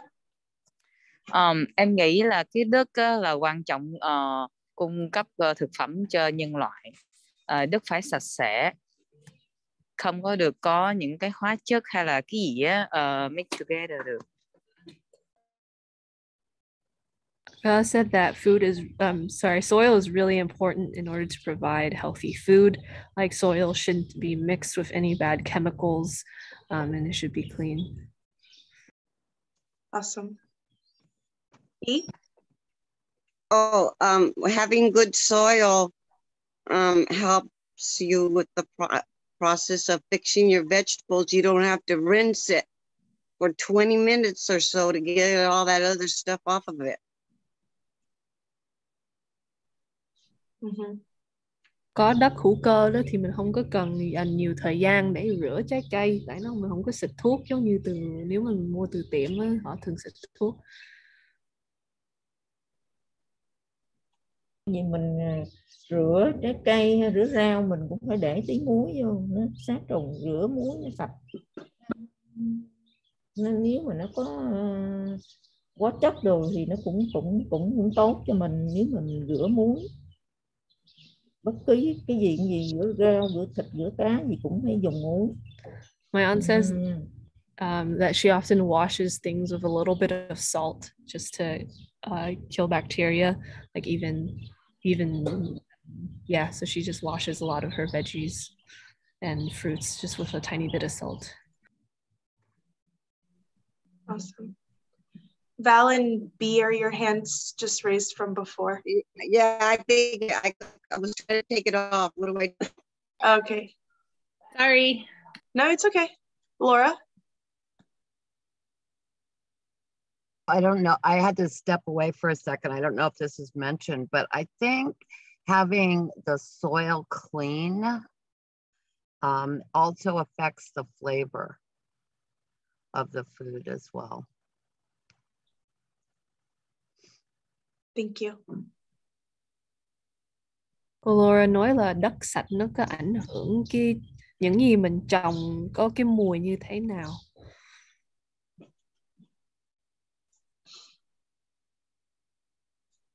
All right, we can move on now then.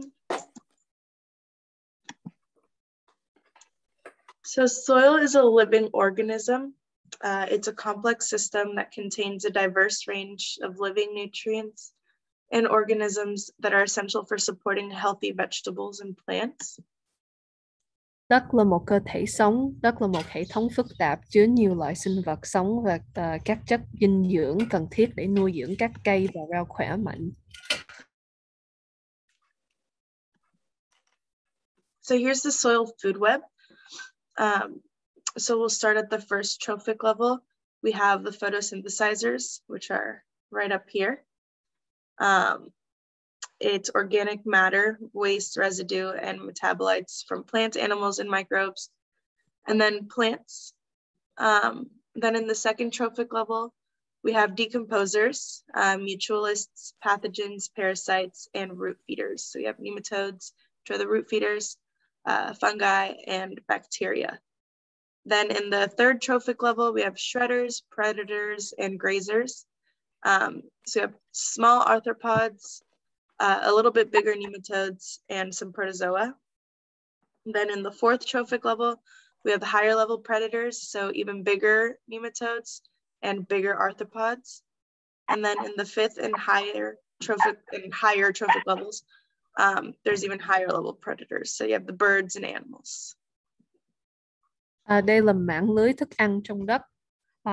Thảo có thông dịch cái này qua tiếng Việt và gửi cho Fernando có gửi qua, nên nếu mà các cô chú muốn đọc thêm thì nhìn vô đó. Nhưng mà có 5 bậc dinh dưỡng từ nhỏ đến lớn, giống như có chất hữu cơ, xong rồi thực vật, rồi vi khuẩn, nấm, tiếng trùng, rồi có mấy con bự hơn đến mấy con động vật, như cái mạng lưới thức ăn, nên nó rất là phức tạp, có nhiều vật chất trong đó.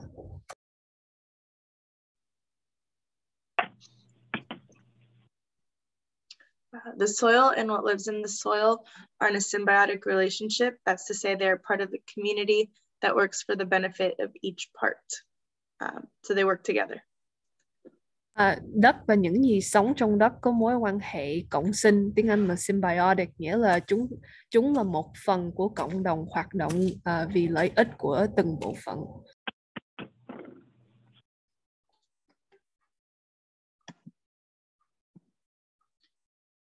Sorry. Okay, so protecting your soil life by enriching your soil. So these three are all ways that you can enrich your soil: organic materials, composting, eggshells, coffee. I'm pretty sure we'll talk more about that later.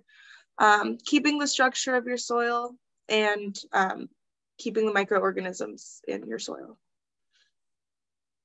Chúng ta nên phì nhiêu đất để bảo vệ sự sống của đất. Có 3 cách, là trong đó lát nữa mình sẽ nói về chất hữu cơ, kết cấu của đất và vi sinh vật ở trong đất.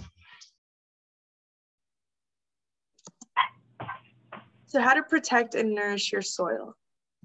So you want to cover your soil with organic materials, tree leaves, grass clippings without pesticides, straw, and compost. These help to keep the soil moist, especially in the summer when obviously it's very hot, the sun's out, and you want to keep that moisture in without having to water all the time. And then adding nutrients from Sorry. Can everybody mute themselves, please?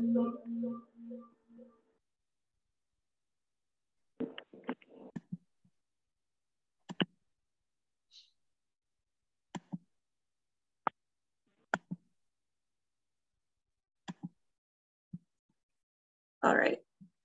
And then adding nutrients from organic matter, biofertilizers, wood ash, banana peels, eggshells, vegetables, fruit scraps, coffee.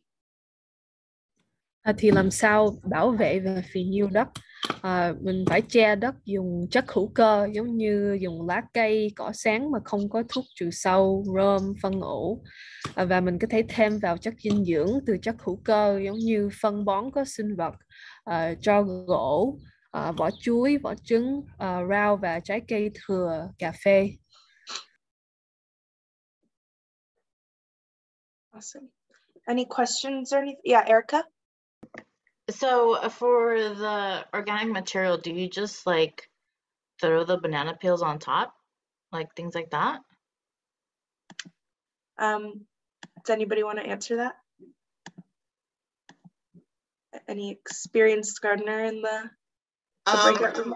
That's what me and my grandma does. She throws bananas or like eggshells, different things, just like, you know, to keep different, like the snails and the different bugs off of it. But she definitely does banana shells. I mean, banana. So then also like the coffee grounds and stuff, because I drink a lot of coffee. So I can just pour it on top of it. That's what we do. Especially, are you talking about like coffee grounds for like, because the cats are coming around or something? Uh-huh. Yes, exactly. Yep, perfect. Well, I even made a mixture like with cinnamon and vinegar, and we just spray it around. It's, you know, it's non-harmful, so it works out really well as well. That's awesome. Thank you. Toy? Yes. Do you have a question? I have a question. Cái vỏ chuối á, là khi mình ăn vỏ chuối á, mình ra thì mình để nguyên cái mình ủ là mình sắc mình ủ dưới đất rồi mới bón. Cái thứ nhất. Như cái thứ hai nữa, cái đậu phộng mà mình ăn rang á, mình lấy cái vỏ đó mình có thể làm phân được không ạ? Cảm ơn. So he asked about bananas, which were also just answered, but I'll translate that a bit. But he asked if, like, when we eat peanuts, like the shells, can we use that to compost? Họ nói được. Và về vỏ chuối á chú, thì mình xắt ra đó thì có vài người họ chỉ để thẳng lên đất thôi, hay là mình chế nước nóng lên cái chuối á, xong rồi cái chắc ra từ nước, xong rồi sau đó mình cho nó không có nóng nữa, xong mình tưới vô đất cũng được. Sandra? Yes, I do grab all my organic material because we have a big tree outside. We use the tree leaves to compost, and at the same time we use our own food scratch that we don't use, and sometimes we cut it in little pieces. It takes a long time. That is the only thing. It takes a long time, but we do different things, like we blend it sometimes, all the food scratch with a little bit of water and put it on the dirt directly. Or the other thing that if you don't want any flies or anything that, you know, will be around, you can blend it or cut it in little pieces and make a hole and put it in there. The deepest, the better. That can work. That's what we do. And our plant grow beautifully and give us so much flavor to the vegetables. At the same time with the coffee, we do the same thing. We can put it on top with the eggshells, but you need to break it in little pieces. Try to break it because shells tend to stay for a long time, you know, in big pieces. But yeah, it works for me at least. Sandra nói nếu mà mình sợ có ruồi á thì mình chắc ra xong rồi làm cái lỗ trong đất, xong rồi tưới, giống như để ngâm vào nước, xong rồi sau đó mình tưới vô cái lỗ đó. Erica? So I did want to touch on the organic materials. So you want to make sure that like the banana peels are organic and everything is organic, correct? In order to put them on your land as well, on your soil? Can I speak on this? Sure. Directly. So I'm really involved in in processing our foods for the garden, and there is still some disagreement with the types of things that we put directly into our garden and how beneficial that is. It's almost best, I might want to suggest, is just getting compost. Compost will process your fruits and your vegetables and the scraps that you have from your kitchen far faster than if you were to put it directly into your garden. To get that full benefit of what that plant has to offer or what those scraps have to offer, having them decompose it properly with the right amount of browns and the right amount of greens, that means wet and dry, in a compost bin, and with the help of Bokashi or Grokashi, is a wonderful accelerator for compost. You can literally make good compost in a very short period of time. It doesn't take years. It doesn't take months. It can literally just take 30 to 60 days. And California will probably soon enough place some restrictions about what we throw in our trash. And they're going to insist that we learn how to compost. So it's wise that we take advantage of what Sacred Heart's about to teach us and how to compost. Again, it would be far more beneficial to your garden with nutrients readily available once that material is composted. With the compost, you can then make teas and you can distribute that amongst your garden so much better. The eggshells, I have a conversation about the eggshells too, if I could just touch on that. There's a way to process eggshells and utilize what the eggshells have to offer by putting them in brown rice vinegar, and then they will dissolve the calcium from the shells, and you will be able to use that vinegar with small portions, add it to water, and add directly to your garden. These are just a few tips. I'd be more than glad to share some links with either Facebook or Instagram, or even myself. I'm open to discussing if anybody has any questions, but I think as we move forward with Sacred Heart, they're going to show us. We're going to have compost classes as well, correct? And we'll be addressing that. So just sometimes just adding the fresh right to your garden is probably not always the best beneficial, immediately readily available source of nutrients for your garden. That's just my take. Thank you. Thank you, Lisa. Lisa nói đó là mình nên học cách để phân ủ, tại có lúc mình để mấy cái chuối hay là vỏ trứng thẳng lên đất á, thì nó không có tốt nhất. Nhưng mà sau này sẽ có thêm lớp về cách phân ủ, làm ra phân ủ, nên mình nên học cách, tại có nhiều cách để làm ra cái chất dinh dưỡng tốt nhất. Tại có lúc để thẳng lên đất không có tốt. Và cô kia quên tên rồi, cô nói đó là cái gì mà mình để vô đất đó, mình phải đảm bảo là cái đó nó là hữu cơ. Giống như vỏ chuối mà không có hữu cơ đó thì mình không nên để vô đất của mình. Toy, do you have a question? Yes, I have a more question. Con cái sữa tươi á, mình tưới trên đất á, thì cái đó mình có pha là mình cứ tưới thẳng vô? He asked if pouring milk into soil is a good idea, or if you have to mix it with other things. Milk is great to spray on your plant if you have powdery mildew. It's actually great as a preventative for that powdery mildew, and it can address the issue directly as well once it appears. That's all the information I have with milk. Tôi nói đó, sữa đó thì tốt cho lúc khi cái lá của mình nó có cái chất mà lúc trước khi chú trồng cái mướp của người Mỹ á, mà nhớ không, cái lá nó có cái trắng trắng ở trên đó đó, mà nó giống như nó con quên nó tiếng Anh là powdery mildew, là nó tại cái lá nó rậm nhau quá đó, thì mình xịt sữa trên đó thì tốt. Yeah. But anybody know if we could put it in the soil? Is that a good or bad thing? I just want to ask one question, is why one would want to, or I'm just wondering what the end result or the expectation of putting milk in the garden. I'm kind of curious to know what that motivation is. Can I ask that?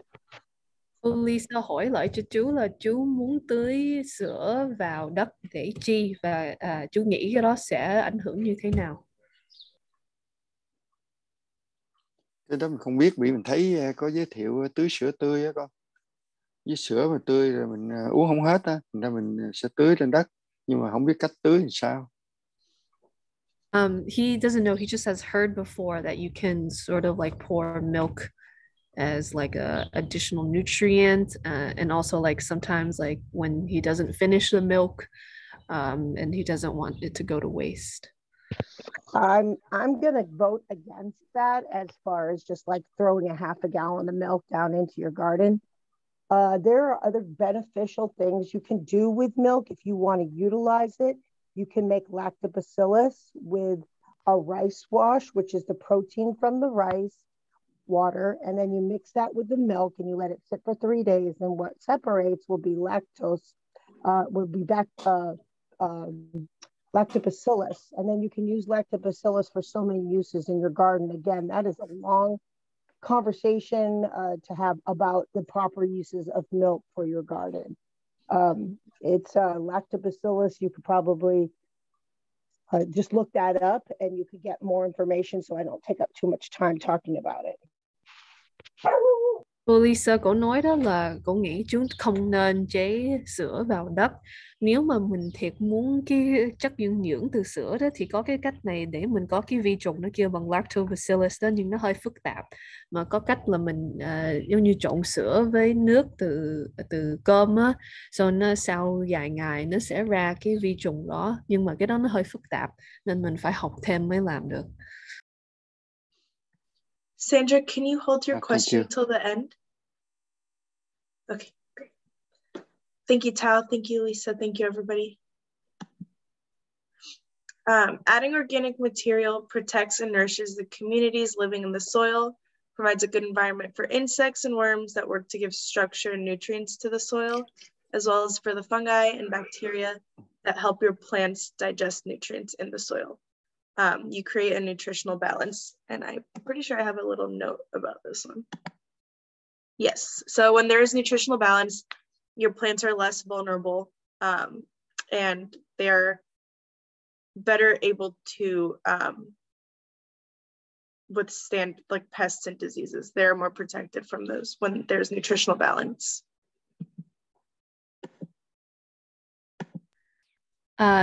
Thêm vào chất hữu cơ sẽ bảo vệ và nuôi dinh dưỡng và nuôi dưỡng các cộng đồng sống trong đất. Điều này tạo một môi trường tốt cho các côn trùng, có tác dụng tạo cấu trúc và chất dinh dưỡng cho đất, và tốt cho các loại nấm và vi khuẩn tốt, giúp cây tiêu hóa chất dinh dưỡng trong đất. Và giống như nếu mà có nhiều chất tốt ấy, thì mấy cái cây của mình nó khó bị bệnh. Nên mình phải lo về cái sự dinh dưỡng.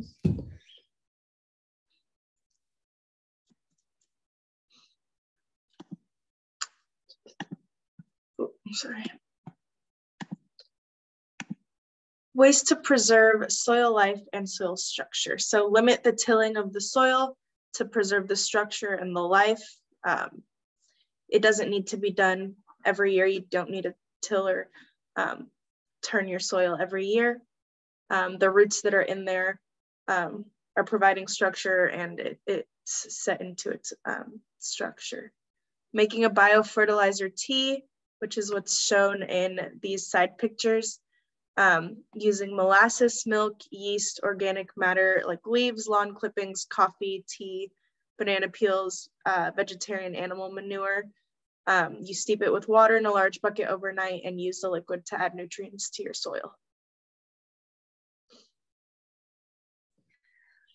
Mình không nên xới đất nhiều, hạn chế cái chuyện đó, tại vì mấy cái rễ còn lại á, nó lập ra cái cấu trúc cho đất, nên mình không nên xới đất. Làm cái đó ít thôi. Và mình có thể làm ra cái này kêu bằng trà phân bón. Mình lấy mật mía, sữa men, chất hữu cơ như lá cây, cỏ sáng, cà phê, trà, vỏ chuối, phân từ thú vật ăn chay giống như con gà hay bò dê.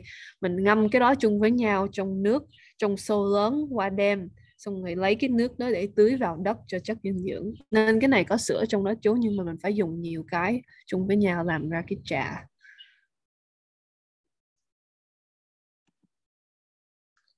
All right, so that was all for the soil. Sandra, do you want to ask your question? Yes, about the leaf. Like in my case, I put leaf. I wanna ask the question about wet leaf.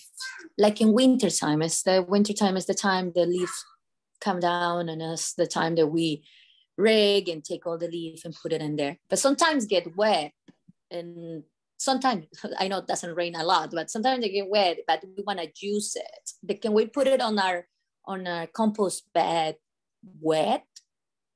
because I know it need to be a balance between the water in our compost bed and the dry and the, you know, the vegetables at the same time. If someone can answer that question for me, please. Thank you. I'm very excited to answer that question. The leaf mold is absolutely beneficial for your garden. And there's a reason why Mother Nature provides water and dead leaves at a certain time of the year. And it's because we need to mulch our gardens. And that leaf mold that occurs naturally, as Mother Nature would have it, is so beneficial for our garden. You know, there's always a rule of thumb. Too much of one thing is never good. So that balance that we create by taking just that little bit of moisture that we got from that we got this year with the extensive amount of dry leaves that we got, it is beneficial. It is perfect balance for what we need to do in gathering those and putting those into our garden. I, in fact, gathered leaves when they're dry, and I will add water to the plastic bag or the bucket that my leaves are in, so they will create that leaf mold, and that will be added then to my garden, ensuring that it stays hydrated and will get the benefits of that leaf mold. It's already starting to process and already starting to break down, and that breakdown process is then transferred into the garden, which then recreates a new garden for spring. I hope that answers your question.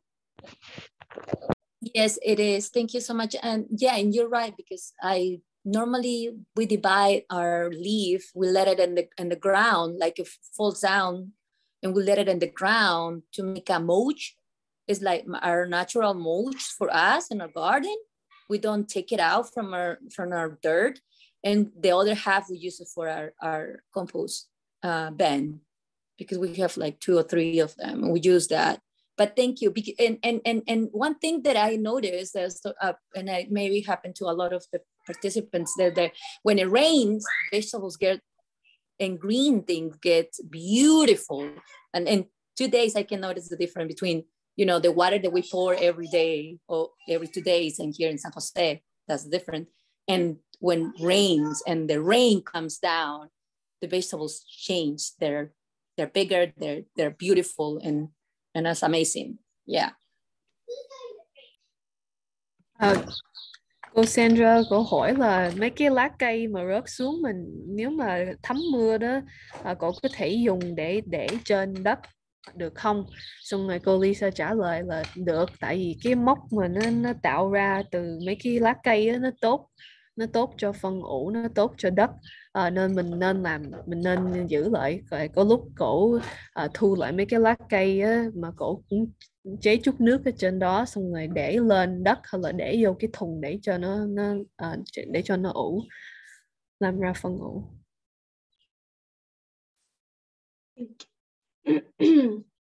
All right, so now we're moving on to watering. So watering your garden, understanding how water works in your garden allows you to take care and protect your crops. Nước trong vườn, hiểu hoạt động của nước trong vườn sẽ giúp quý vị chăm sóc và bảo vệ cây trồng của mình. The water flow in your plants.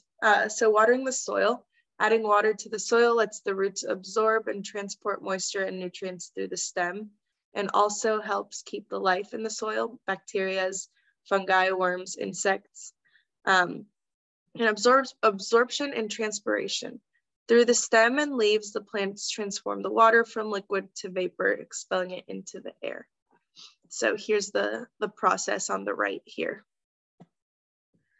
Nói về dòng nước chảy trong cây, thì lúc khi mình tưới nước vào đất để rễ hút và vận chuyển nước và chất dinh dưỡng qua thân cây, và giúp hệ sinh thái trong đất giống như vi khuẩn tốt, nấm, sâu, côn trùng. Xong rồi nói về bên phải có cái thoát hơi nước đó, là từ thân và lá cây biến đổi nước từ thể lỏng thành thể hơi, và tống ra ngoài không khí.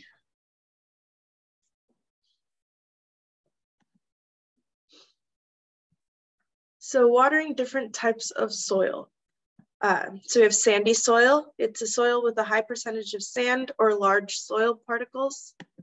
It mainly consists of rock particles like limestone, shale, granite, and quartz. Sandy soil has a low percentage of organic material. Water travels through sandy soil very easily, so nutrients leach out quickly. Loamy soil is a mixture of soil that's the ideal plant growing medium. It's a combination soil, normally equal parts clay, silt, and sand. Also on loamy soil, you can identify organic matter like compost serving as an energy resource for the life in the soil. And finally, clay soil is super compact. It impedes the flow of water, meaning that it absorbs water slowly and then retains it for a long time. Wet clay soil is heavy and sticky and tends to swell from the added moisture. When dry, clay soil shrinks and settles. The top layer can bake into a hard concrete-like crust, which cracks. Some plants have difficulty growing in clay soil because their seedlings or roots are not able to penetrate through the hard, dry soil or can be waterlogged in wet soil.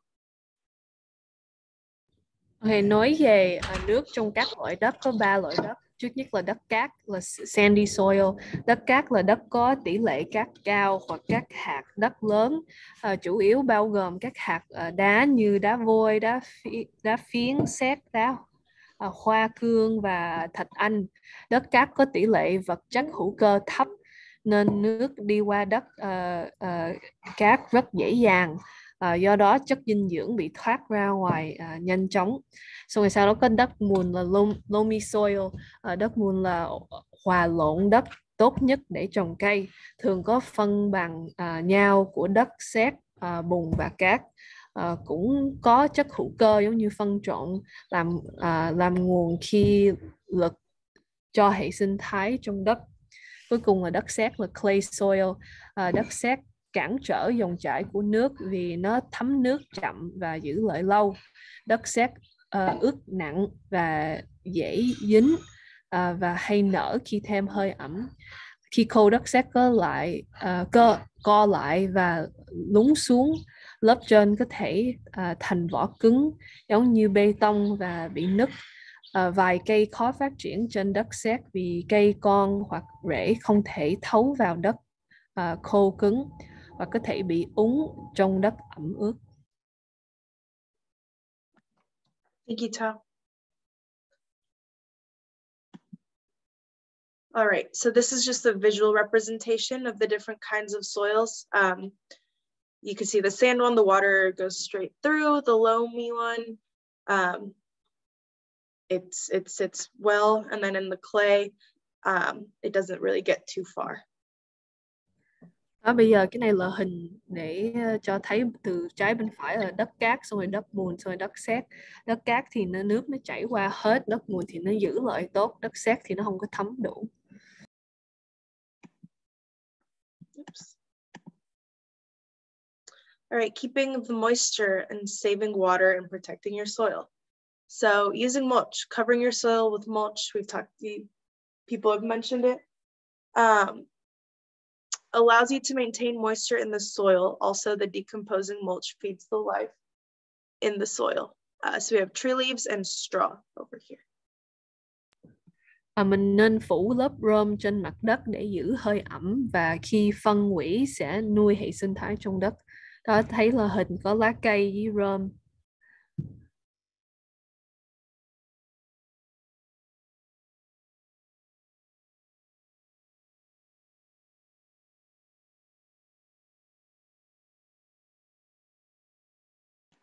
Sorry, there was a really big spider that I was killing in my room.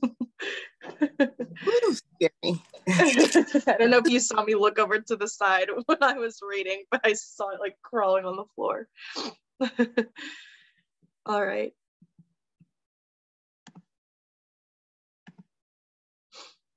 So now to irrigation systems. We're going to talk about both hand watering and drip irrigation and the pros and cons of both. So with hand watering, the pros are that you get to spend time with your plants. You differentiate the irrigation by the type of plants. So the ones that need more water, you can water more. And the ones that need less, you water less. and you're watering all areas.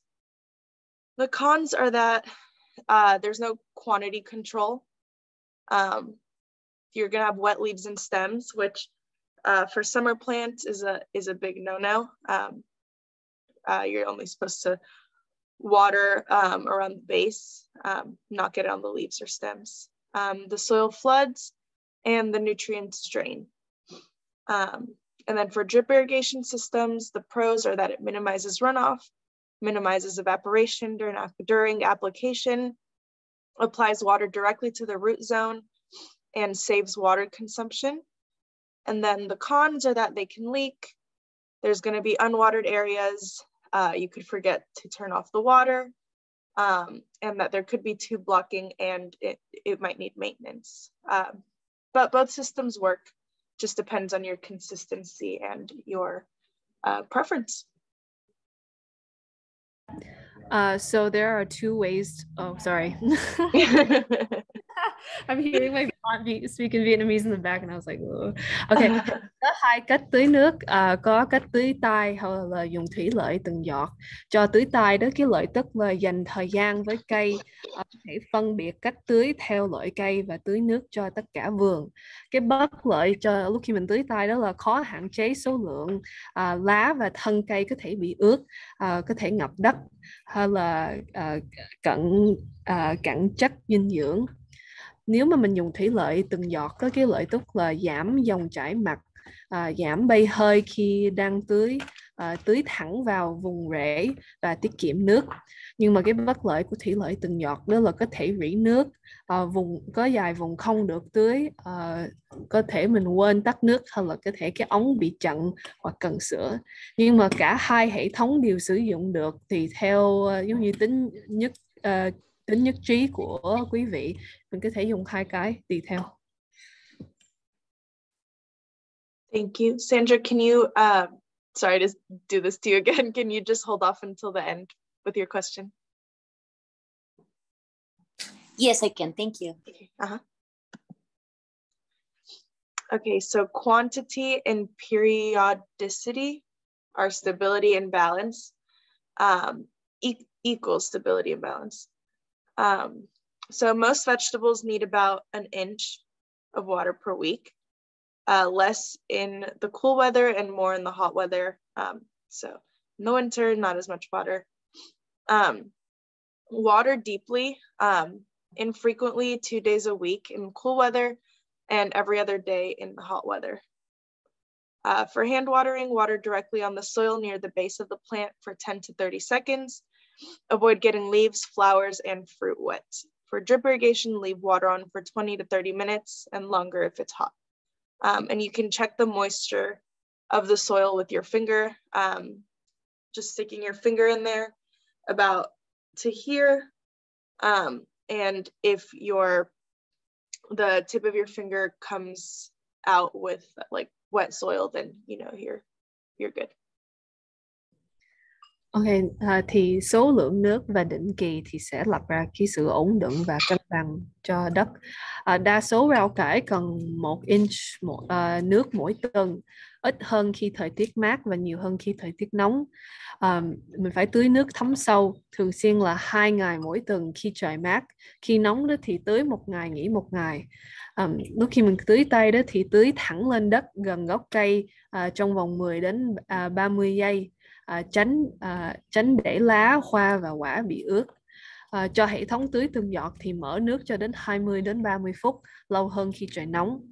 Mình có thể dùng cái ngón tay để kiểm tra hơi ẩm. Nếu mình để vô đất xong rồi tới khoảng ngay đây á, nếu mà mình lấy ra ngón tay mà cái ngón tay của mình đã đụng vô đất ướt thì cái đó là đủ. Thank you.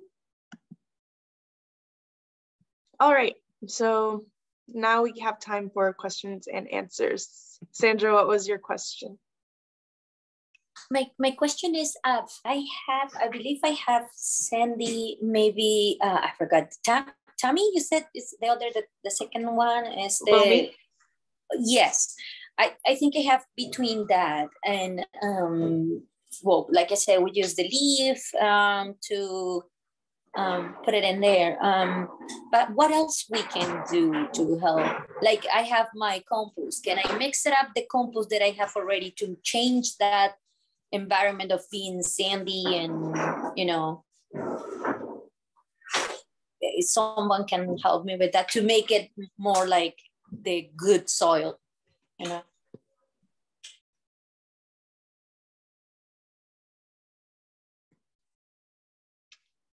I will put that back out to everyone in the Zoom if anyone has any tips or anything.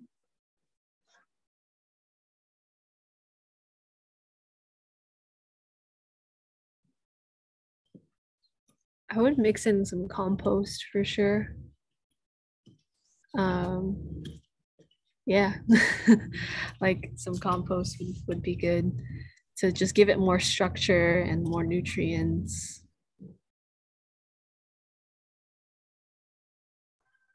Thank you. Well, that's your name. Sorry. If I pronounce it incorrectly, please. I'm so sorry. That's my aunt's name. My name is Tao. Thank you, Tao. And I think the place where La Mesa Verde buys their soil that they fill the garden beds in is a good place to get some soil too. The place is called You Save Rockery. I could post the address into the chat. But let me translate real quick. Cô Sandra nói đó là cậu có nhiều đất cát thì làm sao có thể làm đất tốt hơn á. Thì Thảo nói là phải trộn vô phân ủ hoặc là đất mà mình mua từ cái chỗ này mà La Mesa Verde họ mua đất từ đó để vô mấy cái vườn á. Thảo sẽ để địa chỉ và thông tin vào cái hộp chat. Thank you. Val? Yeah, I just had a question, like with watering, how does that work with when there's water restrictions? Like, I don't even know, do the water restrictions a lot for growing food to water more than 2 days?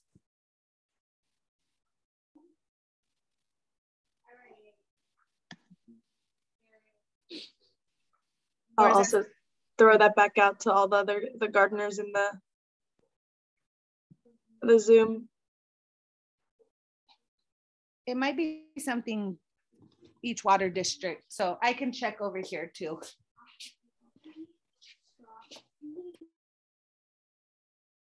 All right. Anybody else have any other questions? Yeah, I have a question.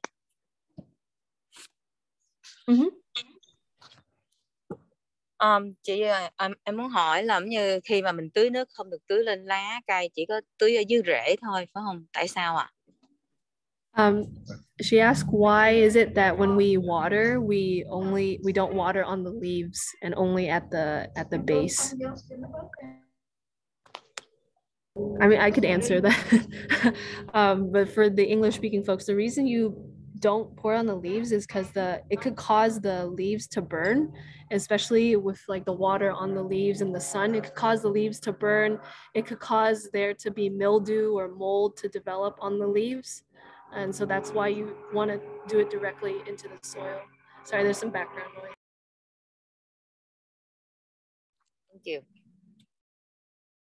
I have a question to kind of follow up on that question. So is that just with plants that have leaves, or like any plant in general, you never want to like water directly on the plant?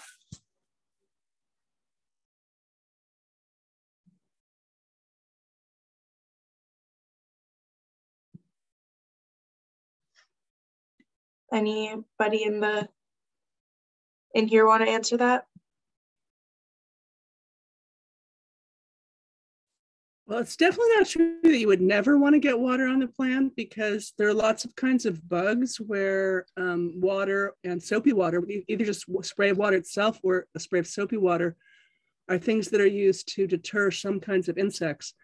I don't know for all situations, but that's certainly one situation where you do want to get the leaves wet. Thì cái lý do mình không có tưới nước lên lá đó là tại vì nó có thể, nếu mà có nước trên lá xong rồi có mặt trời đó, cái lá nó có thể bị nóng, xong rồi bị cháy, giống như cháy da đó. Thêm một cái nữa là có thể làm ra mốc. nên mình không muốn mấy cái lá cây nó bị bệnh. Rồi có một người hỏi đó là cái này có phải là cho tất cả cây hay là chỉ cho mấy cái cây mà có lá? Cô Moria trả lời đó là có lúc thì mình giống như có mấy cái con trùng á, mà trên lá mà mình muốn hạn chế đó, thì có lúc mình xịt nước với một chút soap, quên cái đó tiếng Việt là gì rồi, xà bông, mình để chút xà bông với nước để xịt lên lá đặng hạn chế mấy con trùng.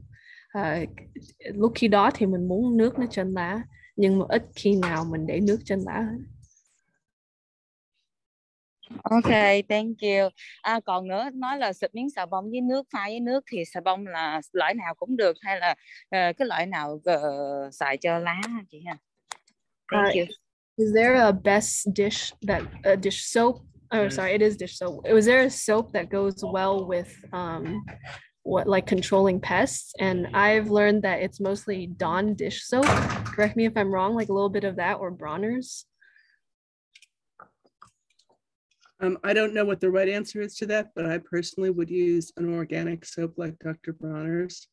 And it will be covered more when we have a workshop about pests.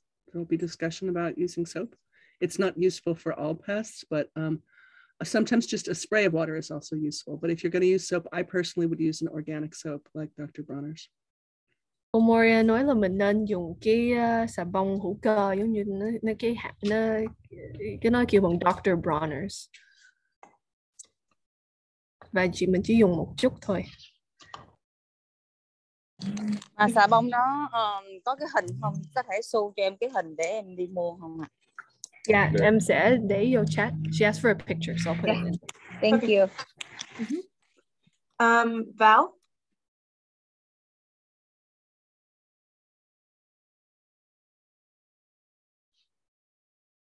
I will come back to Val. Laura? So I'll just piggyback a little bit on what Moira says, because I have found that sometimes it's useful to rinse the plants off. Also, sometimes like when we had the fires, you know, it felt like they were choking, you know, and I needed to rinse them off. But I think the time of day that we're watering has importance as well. So the sun's not on it when if I'm doing any rinsing of leaves. And then if I either ground water early in the day or later at night, it tends to conserve water as well. Awesome. Thank you, Laura. Sandra? Yes, my question will be with the milk yeast tea and molasses. I don't know if Brianna or somebody have an idea of how to do that, because we would love to learn, or maybe later on you guys are going to show us how to do these kind of things, because I think that is very an important thing if you're not going to use your vegetables in the garden directly. I think it will. And yes, we normally water in summertime.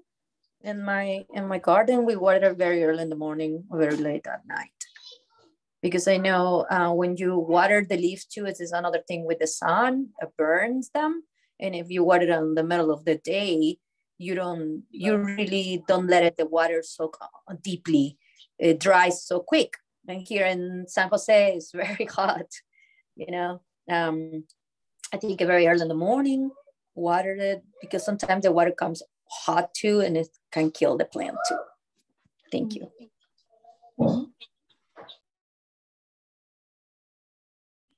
Mấy cô này nói là cái giờ mình tưới nước động, mình không nên tưới giữa ngày lúc khi nó rất là nóng á, tại cái đó cái hơi ẩm nó dễ bốc, và khi mấy cái lá cây nó dễ bị cháy, nên mình nên tưới lúc khi mặt trời sắp lặn hay là sáng sớm. In terms of the tea, I have no idea. I think it's just all those parts that it had in a bucket with water. And I think somebody mentioned something else, like, I don't know. But if anybody knows how to do that, and I'm not sure if that's covered in a future workshop. This is my wheelhouse. Go ahead. So we're talking about making teas, correct? Yes, the one we talked about in the soil one. Okay, so this is a subject matter that can turn very bad, and it can also be very good. If you just throw a bunch of random stuff in a bucket and let it ferment without proper airflow, or there can be a lot of things that can go wrong when you mixture a whole bunch of things together. I was a little disturbed about reading that recipe. If somebody just took a gallon of milk and a pint of molasses and threw some banana peels in there and just decided to let that sit for 3 days, they would not want to use it. It'd be a frightening experience. So I don't know exactly where that recipe came from, but I would ask that if people are interested in making teas and compost teas and ferments and that type of thing, that is something you would want to explore a little bit more than what Sacred Heart's probably going to plan on doing. For years, I've been doing this, and we never really covered it too much. So I don't anticipate that being something that's going to be covered again moving forward. So, because it's kind of another probiotic method of growing. And so with that being said, there are plenty of very good, helpful sites on Facebook that you can subscribe to or enter, and they will answer so many questions, and you won't feel sort of a better word, you won't feel stupid asking the questions, because no question is a stupid question. It's always best to cover all those bases. I'm also open to answering questions as well. I don't know everything. I just know a little of what I know a lot of. So be careful about what you throw in a bucket and plan to put into your garden, because you can actually create something that it could be a disaster. So just use caution, use research, and plenty of YouTube pages on that as well. Just explore that as much as you possibly can on your own, as well as what you can ask with Sacred Heart. Okay? Thank you, Lisa. Cô Lisa nói là trước khi mình làm cô Lisa nói trước khi mình làm mấy cái trà này mình nên nghiên cứu trước, chứ không có để đủ thứ mọi chất vô nước xong rồi ngâm. Mình phải biết để bao nhiêu, nên sau này sẽ có mấy cái hội thảo thêm về cách làm mấy cái trà hay là làm phân ủ. Thanks, Tao. Are there any more questions? Yes, Erica? So are we gonna have any of these like in person? Just because I'm a feeler, a doer, and I'm a visual learner. So if I can feel it and know what you guys are talking about, then I think I can do it a lot better.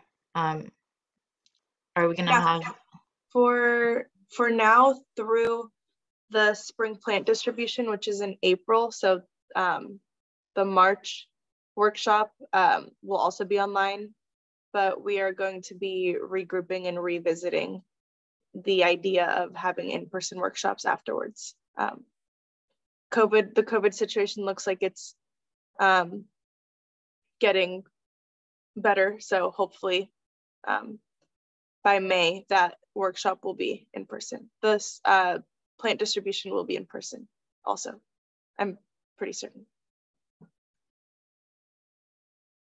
Val? Thank you. I had a question. So I did see that there was asking for help volunteering to do to lay the beds, the soils. Mm-hmm. Is that an opportunity to get like hands-on experience? Yeah. Mm-hmm. Okay. So if like what she was just saying of like, that would be a good opportunity to kind of get in. Yeah. Meet other members in person, or other just volunteers. Okay, that'll work. Thank you. Mm-hmm.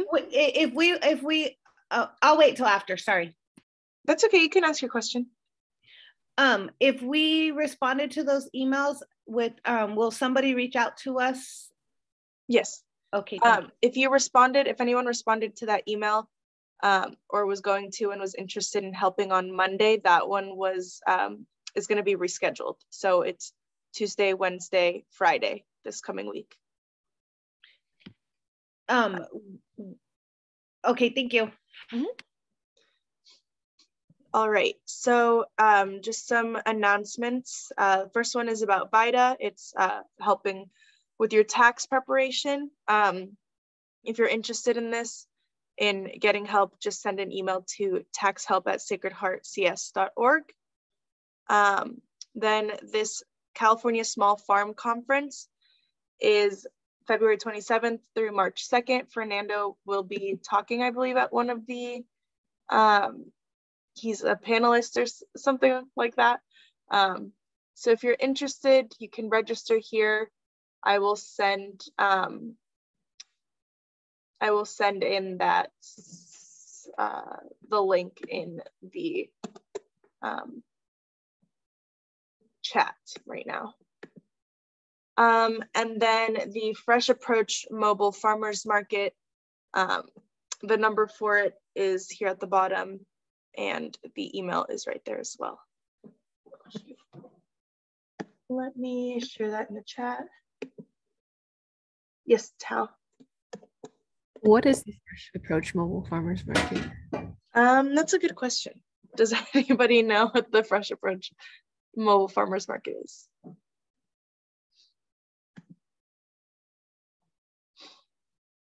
Let's see. I can say that they used to come to San Jose State campus.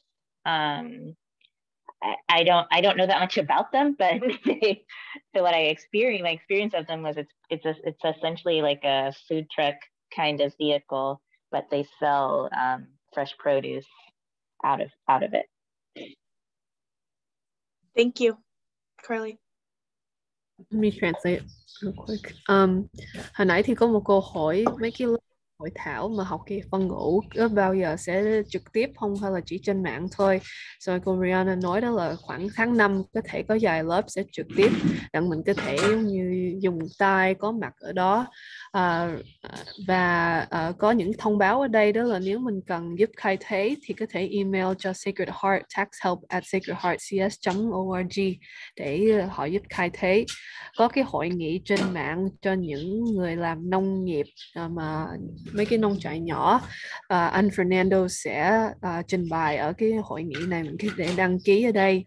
Và có cái Fresh Approach Mobile Farmers Market là giống như họ bán thực phẩm rau cải và đi từng chỗ, giống như có một cái xe. Nếu mà mình muốn theo dõi thì có số điện thoại với email như đó. Thank you, Tao. Val, do you still have a question, or is your hand just raised from before? Sorry, hand raised from before. No worries. All right, here's another announcement. This is from Valley Christian, I believe. They are having engineering classes. They're looking for students from 6th grade up interested in engineering. They are kind of partnering with LMV. But yeah, if you want to just quickly look over this, this can also be sent in an email with the presentation as well. Yes, Tao. Is this for kids only? Because that looks cool. I believe so. I can actually, let me see. Let's see.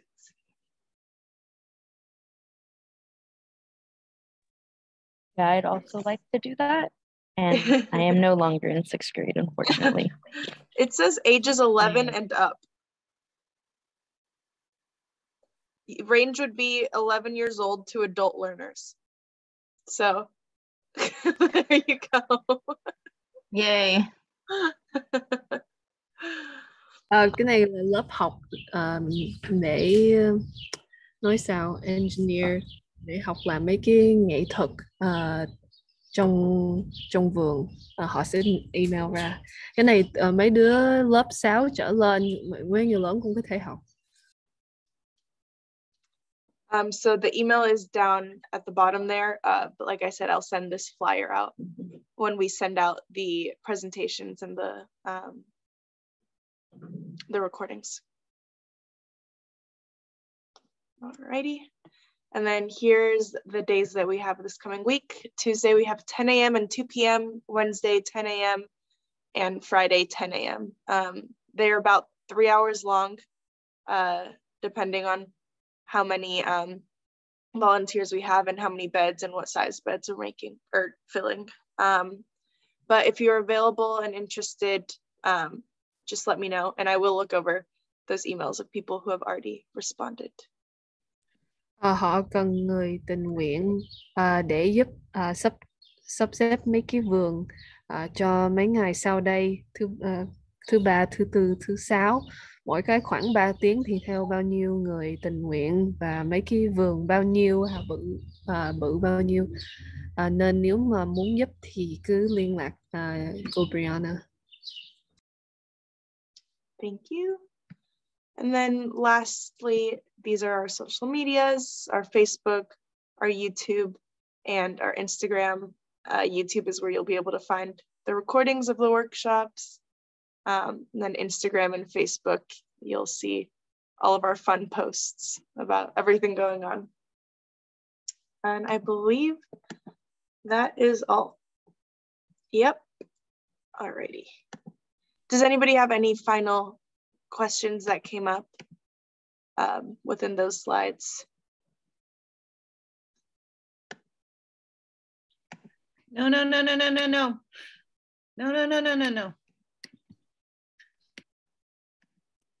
Brianna, I have a question just about the boxes. We don't need more boxes in my garden. And it's a possibility that I don't get the boxes. Oh, the thing is that I sent a message to the person who sent me the email saying that this day they will come to pick the day, right? Mm-hmm. And I sent an email saying that I don't need boxes. If it's something that I need to do or something, that's my question. Or definitely I'm going to receive the boxes because I don't want to have it something that is not able to be in my house right now because I already have. Yeah, if you don't need the boxes, we won't bring you the boxes. Mm-hmm. So I just sent the Google form for the gardening portion. If you can all please fill that out, that would be great. Có thêm một cái đơn khảo sát chị Brianna để vào hộp chat, xin điền.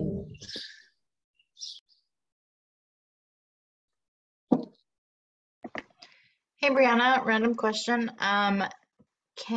Who takes kind of like a summary of your hours that you participate in or volunteer? Do we have to keep track of that? Oh, okay, you keep track of that. Okay, because I can't remember what I did last. Okay, cool. Thank you. Mm-hmm.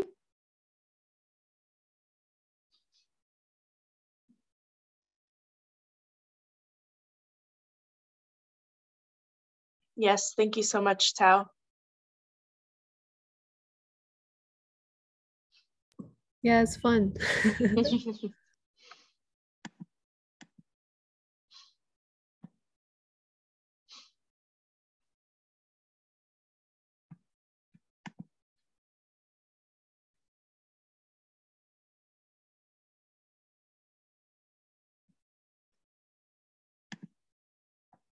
Anyone want to share anything they have going on this weekend or in the days coming up while we're just waiting for everyone to fill out the surveys? Anything exciting? Brianna, this is the team. I'm not sure where I'm supposed to fill out a survey. I'm on the phone. I don't know what the deal is. I will send you a, does a text or an email work better? Probably a text. Okay, I'll send you a text with the link to the form to fill out. Okay. And then you can do that if possible while you're still in the Zoom, but if not, when you log off. Okay, well, I'm not clear. So you're going to send it to me now? Yes. And then I just respond to it and then just send it back, or how do I send it back? Yeah, so it's a Google form. So once you fill it out and click submit, I get the responses straight away.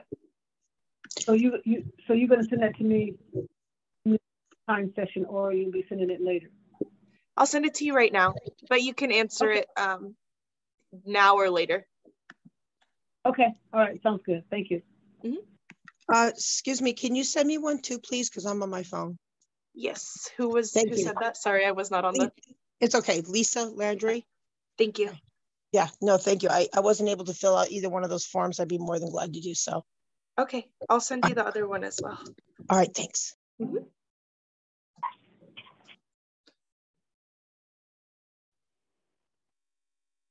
Okay. Brianna, Valentina here. My hand raises for real this time. Hey, okay. I just realized that I might have I might have I don't know, how do you say that? I might have filled out the form 1 wrong. Like I thought 5 was the greatest, but it's not. It's the worst. Okay. I will. Do you want me to resend you, or can you find the? I can't find you sent 2, correct? Yes. Yeah, I can resend it. Okay, the first one. Thank you. Oh my God, Val, I did the same thing. What? Oops. Sorry. Let's see. Yeah, maybe they can change. We almost do the same thing with the first one. I was gonna say that might be something we'll have to figure out and fix for the next survey. Yeah, because normally I think it does go the opposite way, but I guess I just didn't really read too much into it. I just clicked 5. All right, so the one I just sent in the chat here is the food justice one. And Athenia, B, and Lisa, I sent you all the soil and watering one. And then I'm about to send the food justice one.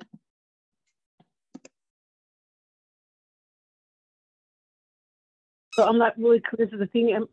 Do I get off now and fill it? Do I wait, or what? I don't understand. We're gonna go back into the main room. So just once the Zoom is over, once our workshop is over, you can just fill it out then. I'll fill it out, and then I can. There's a place where I can just send it to you. Mm-hmm. Yeah, it'll just immediately send. Okay, thank you. Sorry, do we fill it out again if we accidentally did the 5 thing? Yeah, and I'll just toss the other response. Okay. If I see that you've submitted too. I just submitted my second one for the first one. I'm glad we're not alone, Val. I'm glad we're not alone. Brianna, it's not your fault. We didn't read. Yeah. We assumed. It's not your fault. It's our fault.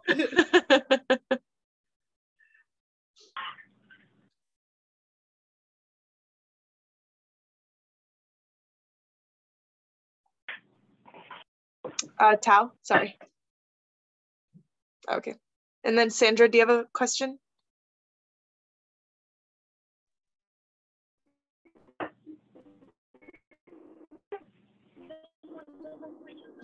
All right. Sandra, you're muted. If you're talking, we don't hear you. Let's see. Alrighty. We're still missing several responses to the gardening one, so if you could please fill those out, that'd be great. And if you need me to send it to you over text, I can do that as well.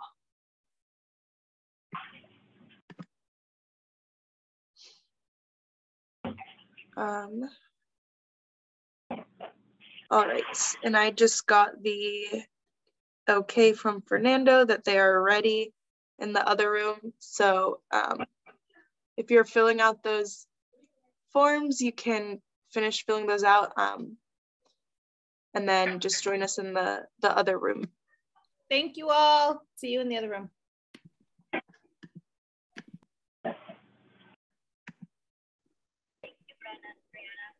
Uh-huh.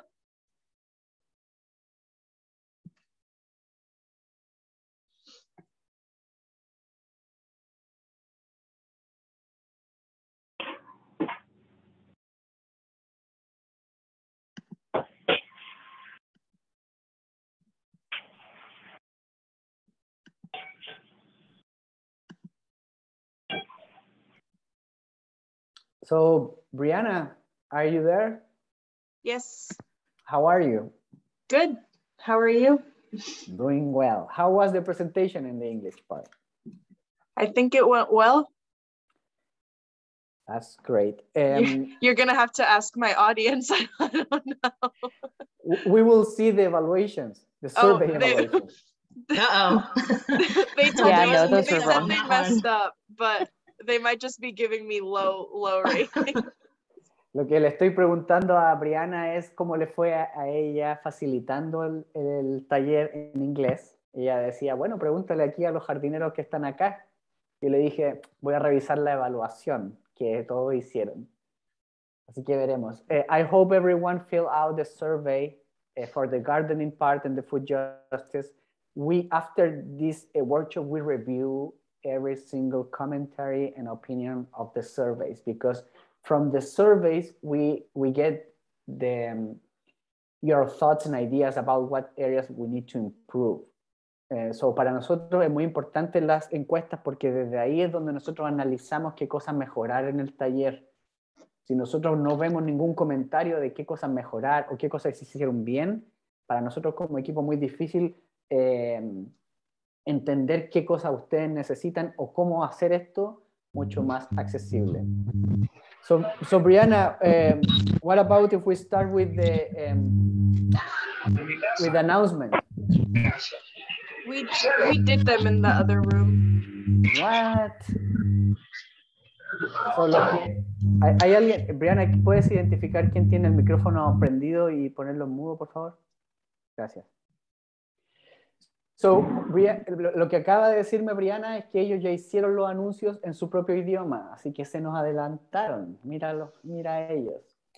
Pero bueno, so I will explain the announcement in Spanish, and then we will open a space for community announcement. Okay, so please give me for the English speaker 1 second. Entonces, para los que necesitan ayuda para llenar sus impuestos, el email está aquí en la pantalla y además se lo vamos a mandar a su correo electrónico. Entre el 27 de febrero y el 2 de marzo va a haber una conferencia sobre pequeña agricultura en California. Van a ser varios días de conferencia. Este evento va a ser virtual. Aquí yo les voy a, miren que soy generoso, voy a poner en el chat el link por si acaso a alguien de este grupo le gustaría poder participar en esa conferencia. Nosotros como programa fuimos invitados a poder exponer sobre la agricultura orgánica. So in the chat, I add this website that is talking about this agriculture at the human scale conference. So you can sign in for all those workshops. Así que les invito a que revisen ese sitio web para esta conferencia. Hay muchos temas muy interesantes y además la Mesa Verde va a presentar el domingo 28 en representación de la agricultura urbana en San José para todo el estado de California sobre qué es lo que estamos haciendo y generar estas conexiones a nivel de todo el estado de California con otros programas de jardinería urbana. Y por supuesto, Fresh Approach, nuestro mejor amigo, está teniendo el camioncito que es el mercado campesino. Quienes quieran tener información, aquí hay un número telefónico y también un email para saber las fechas y también los lugares donde está ese camión para poder tener acceso a alimentos saludables. Y lo último, hay un grupo de estudiantes que quieren ser voluntarios en la Mesa Verde. Ellos son personas que quieren enseñar sobre, quieren enseñar sobre ingeniería. Entonces me dijeron, ¿por qué no hacemos talleres sobre robótica o sobre cómo configurar los computadores o hacer programación de computación para estudiantes, es decir, como para adolescentes o niños de la Mesa Verde? Entonces, si hay alguien en este grupo que quiera que su hijo o hija, o incluso ustedes, quieren aprender sobre computación, sobre programar computadores, sobre programar programas o sobre robótica, vamos a tener estudiantes que nos van a ser capaces de hacer entrenamientos para nosotros. Por lo tanto, si alguien está interesado, esta información la vamos a mandar al correo para todos ustedes. Por lo tanto, si alguien está interesado, que su hijo o hija, ustedes mismos quieren aprender sobre esto, respóndanos al correo diciendo, anótame para las clases a mí y a mi hija, o solo a mi hija o a mi hijo. Esto es gratis. ¿Sí? Perdón, ahí no va a haber límite de edad como en el Club de los Niños, ¿verdad? No hay límite de edad. Perfecto, gracias. Así que avísennos cuando reciban el correo con esta información si alguien está interesado en poder participar. ¿Alguien levantó la mano? Somebody raised their hand. Yeah, Fernando, in the flyer says students 6th grade and up. So there is a limit of age. So, hay un límite para ser joven, pero no para ser mayor. Esa es una buena clarificación. Gracias, Teodora. Y Tao también. Tao, do you have a question? Which workshop are you presenting at? I heard you're on a panel during the conference. I think it's urban gardening. It's on a Sunday at 4 p.m. Sunday, February 28th. Okay, thank you. You're welcome. The 28th is Monday. Jesus Christ, so it's 27th. I'm sorry. So, Tao me estaba preguntando qué día la Mesa Verde va a presentar en esta conferencia de agricultura. Va a ser el domingo 27 de febrero a las 4 de la tarde. Así que ahí vamos a estar con otro grupo de organizaciones de California. Bueno, miembros y miembros, gardeners, we are 7 minutes early. Do we have any community announcement? ¿Tenemos algún anuncio de la comunidad que quieran compartir? Moria? I can help you translating. So I'm looking at the web page for this conference that I had opened the link to it earlier in the English room. And it appears to me that it does go on Monday, the 28th of February. It has the listings for the schedule for Monday, the February 28th. So it could be that talk is on Monday. It's on Sunday, Monday, Tuesday, and Wednesdays, what I'm seeing here in the schedule. Mm-hmm. So I just wanted to let people know that it could be that it is a Monday. Okay. So lo que Moria nos está compartiendo es que esta conferencia que estábamos compartiendo, que es la que está aquí, que es la que pusimos en el chat, ¿no? Tiene desde el domingo 27 hasta el 3 de marzo. Y aquí está el calendario. You can see the calendar here if you open the link. So for the question about when La Mesa Verde will present, it's 4 p.m. on Sunday, February 27th. So el domingo 27 de febrero a las 4 de la tarde, La Mesa Verde va a presentar. So if you go down in the website that we provide, you can see all the events and you can put attend and they will send you the Zoom link in your email. You can see all the options they have. So si ustedes siguen bajando en el sitio web del link que compartimos en el chat, aquí van a ver todas las alternativas que hay para ese día en las presentaciones. Hay temas muy buenos. Yo les invito a que revisen. No necesitan estar en todos, pero al menos atendan, si pueden participar en uno, va a ser un gran ayuda. So yeah, this is where La Mesa Verde will present. Urban Ag, Sunday 27. Tao? I have an announcement. Can I share my screen though? Oh, yes.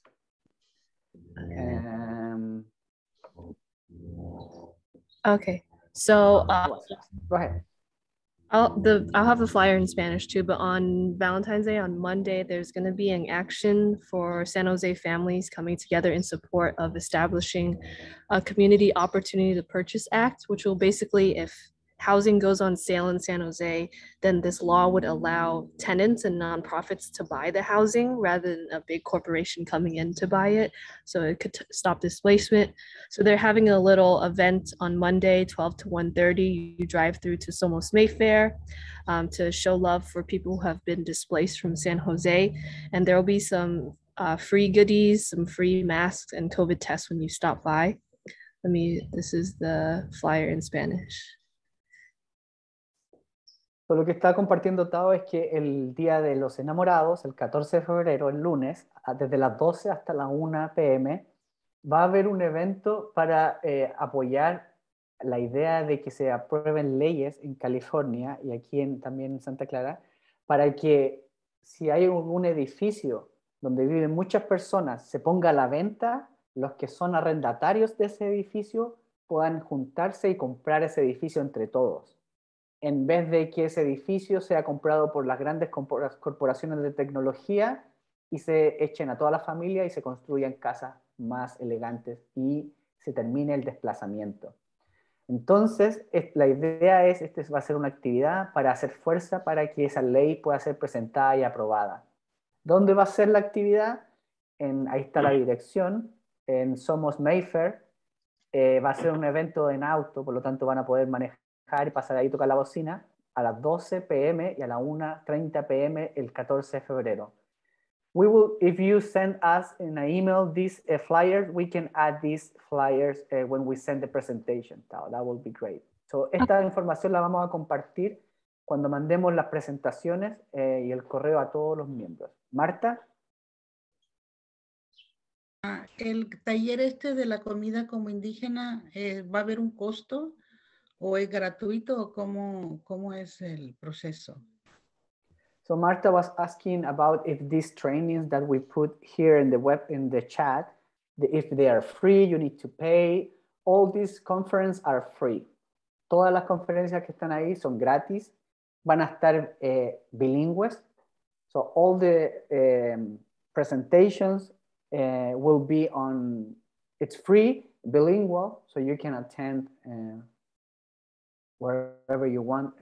If you want to attend 10 of them, you will be fine. You don't need to pay. Es gratis. Gracias. De nada. Any other community announcement? ¿Algún otro anuncio de la comunidad? Ya estamos casi en la hora para nuestra foto. We are almost there for our collective picture. Okay. Excuse me. In reference to the Mayfair event, can you say again when that's going to be, or should we email you, or are you going to email us about it? How does that work? It's going to be Monday, February 14th, and it's going to be from 12 p.m. to 1:30 p.m. I'm going to send it to La Mesa Verde to send it out to everybody. It's going to be at Somos Mayfair, which is at 370 South King Road in San Jose. Okay, so you'll send us more information about, or you're going to email all that information? Yes, so we always send all the presentation, the link for the video in an email, and we add all this community announcement. So everyone has that information. Okay, thank you. You're welcome. So lo que estaba preguntando ahí la compañera era si nos van a mandar un correo, ella es nueva, nos preguntaba si nos van a mandar un correo con esta información. Yo le decía que sí, a todos les mandamos la presentación el link con este video en YouTube y la información sobre los anuncios comunitarios. I have a question. So for that event, is the flyer going to be in English? Because I noticed it was in Spanish. I don't know if there's also English version. I'll send both. Yes, so we will send the flyer in English and Spanish. Jenny preguntaba si eso va a estar en inglés o en español. Yo le decía que sí. El flyer que vamos a mandar va a estar en inglés y en español por el correo. Okay, it's 12:01. That's okay if we take a picture as a group.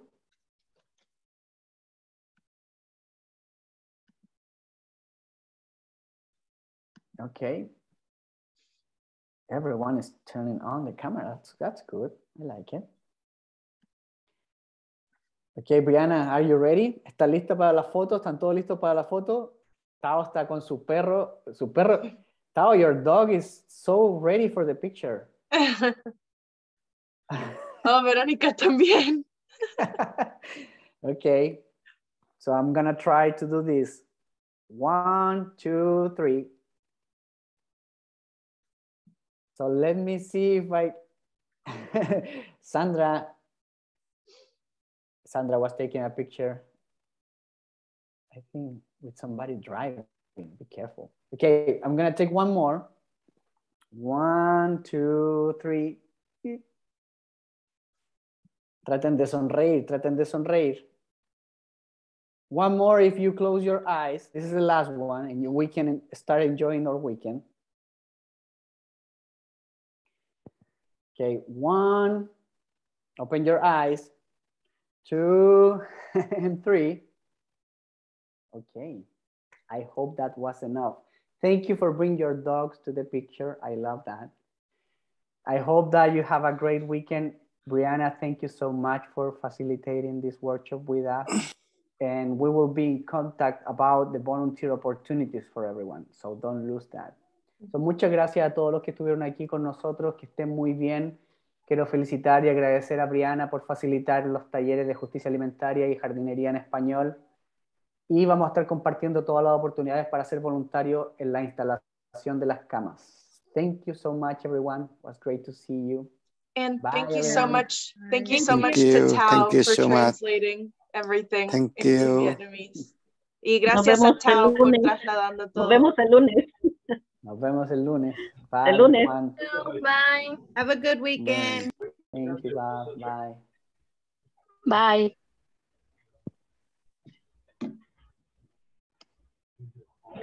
Nos vemos el lunes. Nos vemos. Irma. Sí. El lunes Sí. para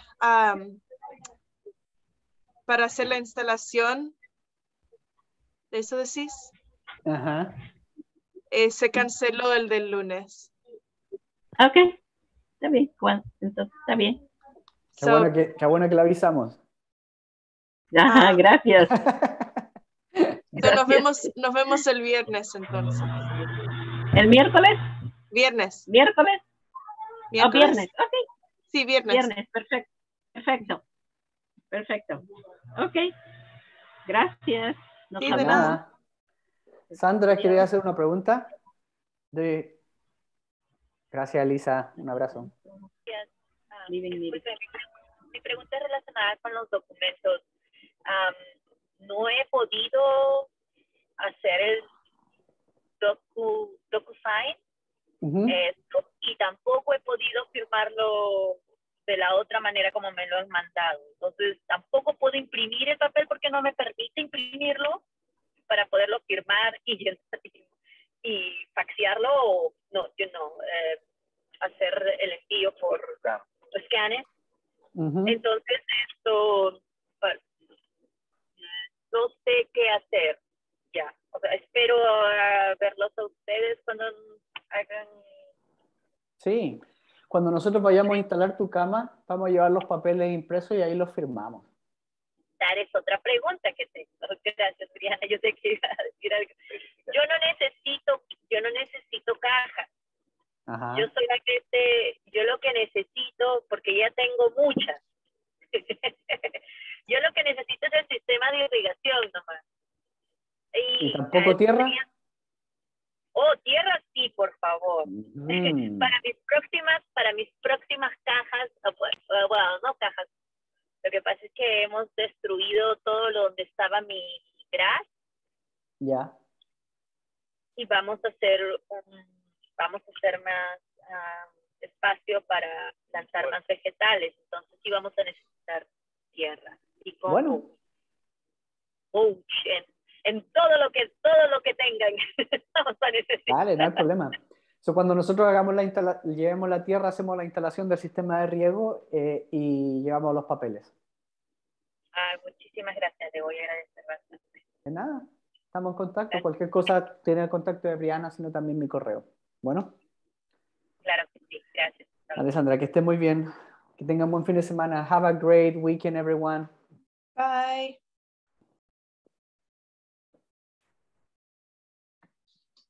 So, Brianna, you're still recording.